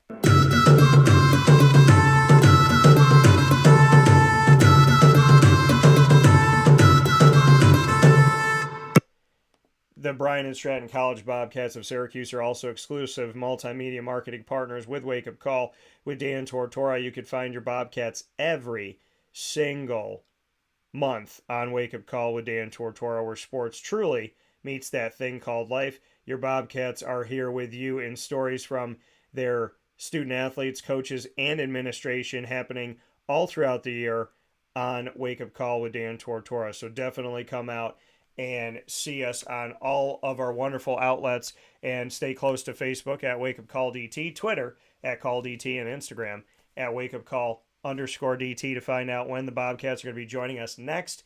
We have all of their stories and wonderful specials on the BSC Syracuse tab on wakeupcalldt.com, and we also have them on our YouTube channel. Subscribe to youtube.com/wakeupcalldt and search Bobcat Buzz. For more information on your Bobcats, go to syracuse.bscbobcats.com, and of course, go Bobcats. With that being said, here on Wake Up Call with Dan Tortora, I want to thank my incredible guests. Big time thanks and big ups to Matt Morgan for joining me here and giving us a really awesome show, speaking on being in France and going up against Victor Wembanyama, who is looking at being the number one overall pick in the NBA draft this season to the San Antonio Spurs, as well as speaking on his experience in Turkey and France, and joining Boeheim's Army. Matt Morgan's conversation, if you saw it, definitely got to watch it again. If you didn't see it or you saw part of it, it's going to be available to you on youtube.com/wakeupcalldt and on facebook.com/wakeupcalldt. And of course, a big thanks to Papa Joe, who will also be available in the second hour of that video, speaking on the SEC college football, as well as Belmont Stakes, what's going on with horses passing away, Major League Baseball, looking all around the entire country, as well as the Jacksonville Jaguars' new stadium, and conversation on the NBA Finals and the Denver Nuggets getting their first championship. So big thanks to Papa Joe for some expanded time here today. Facebook at Wake Up Call DT, Twitter at Call DT, and Instagram at wakeupcall_DT. In the meantime, God bless, no stress, do your best. We'll talk soon.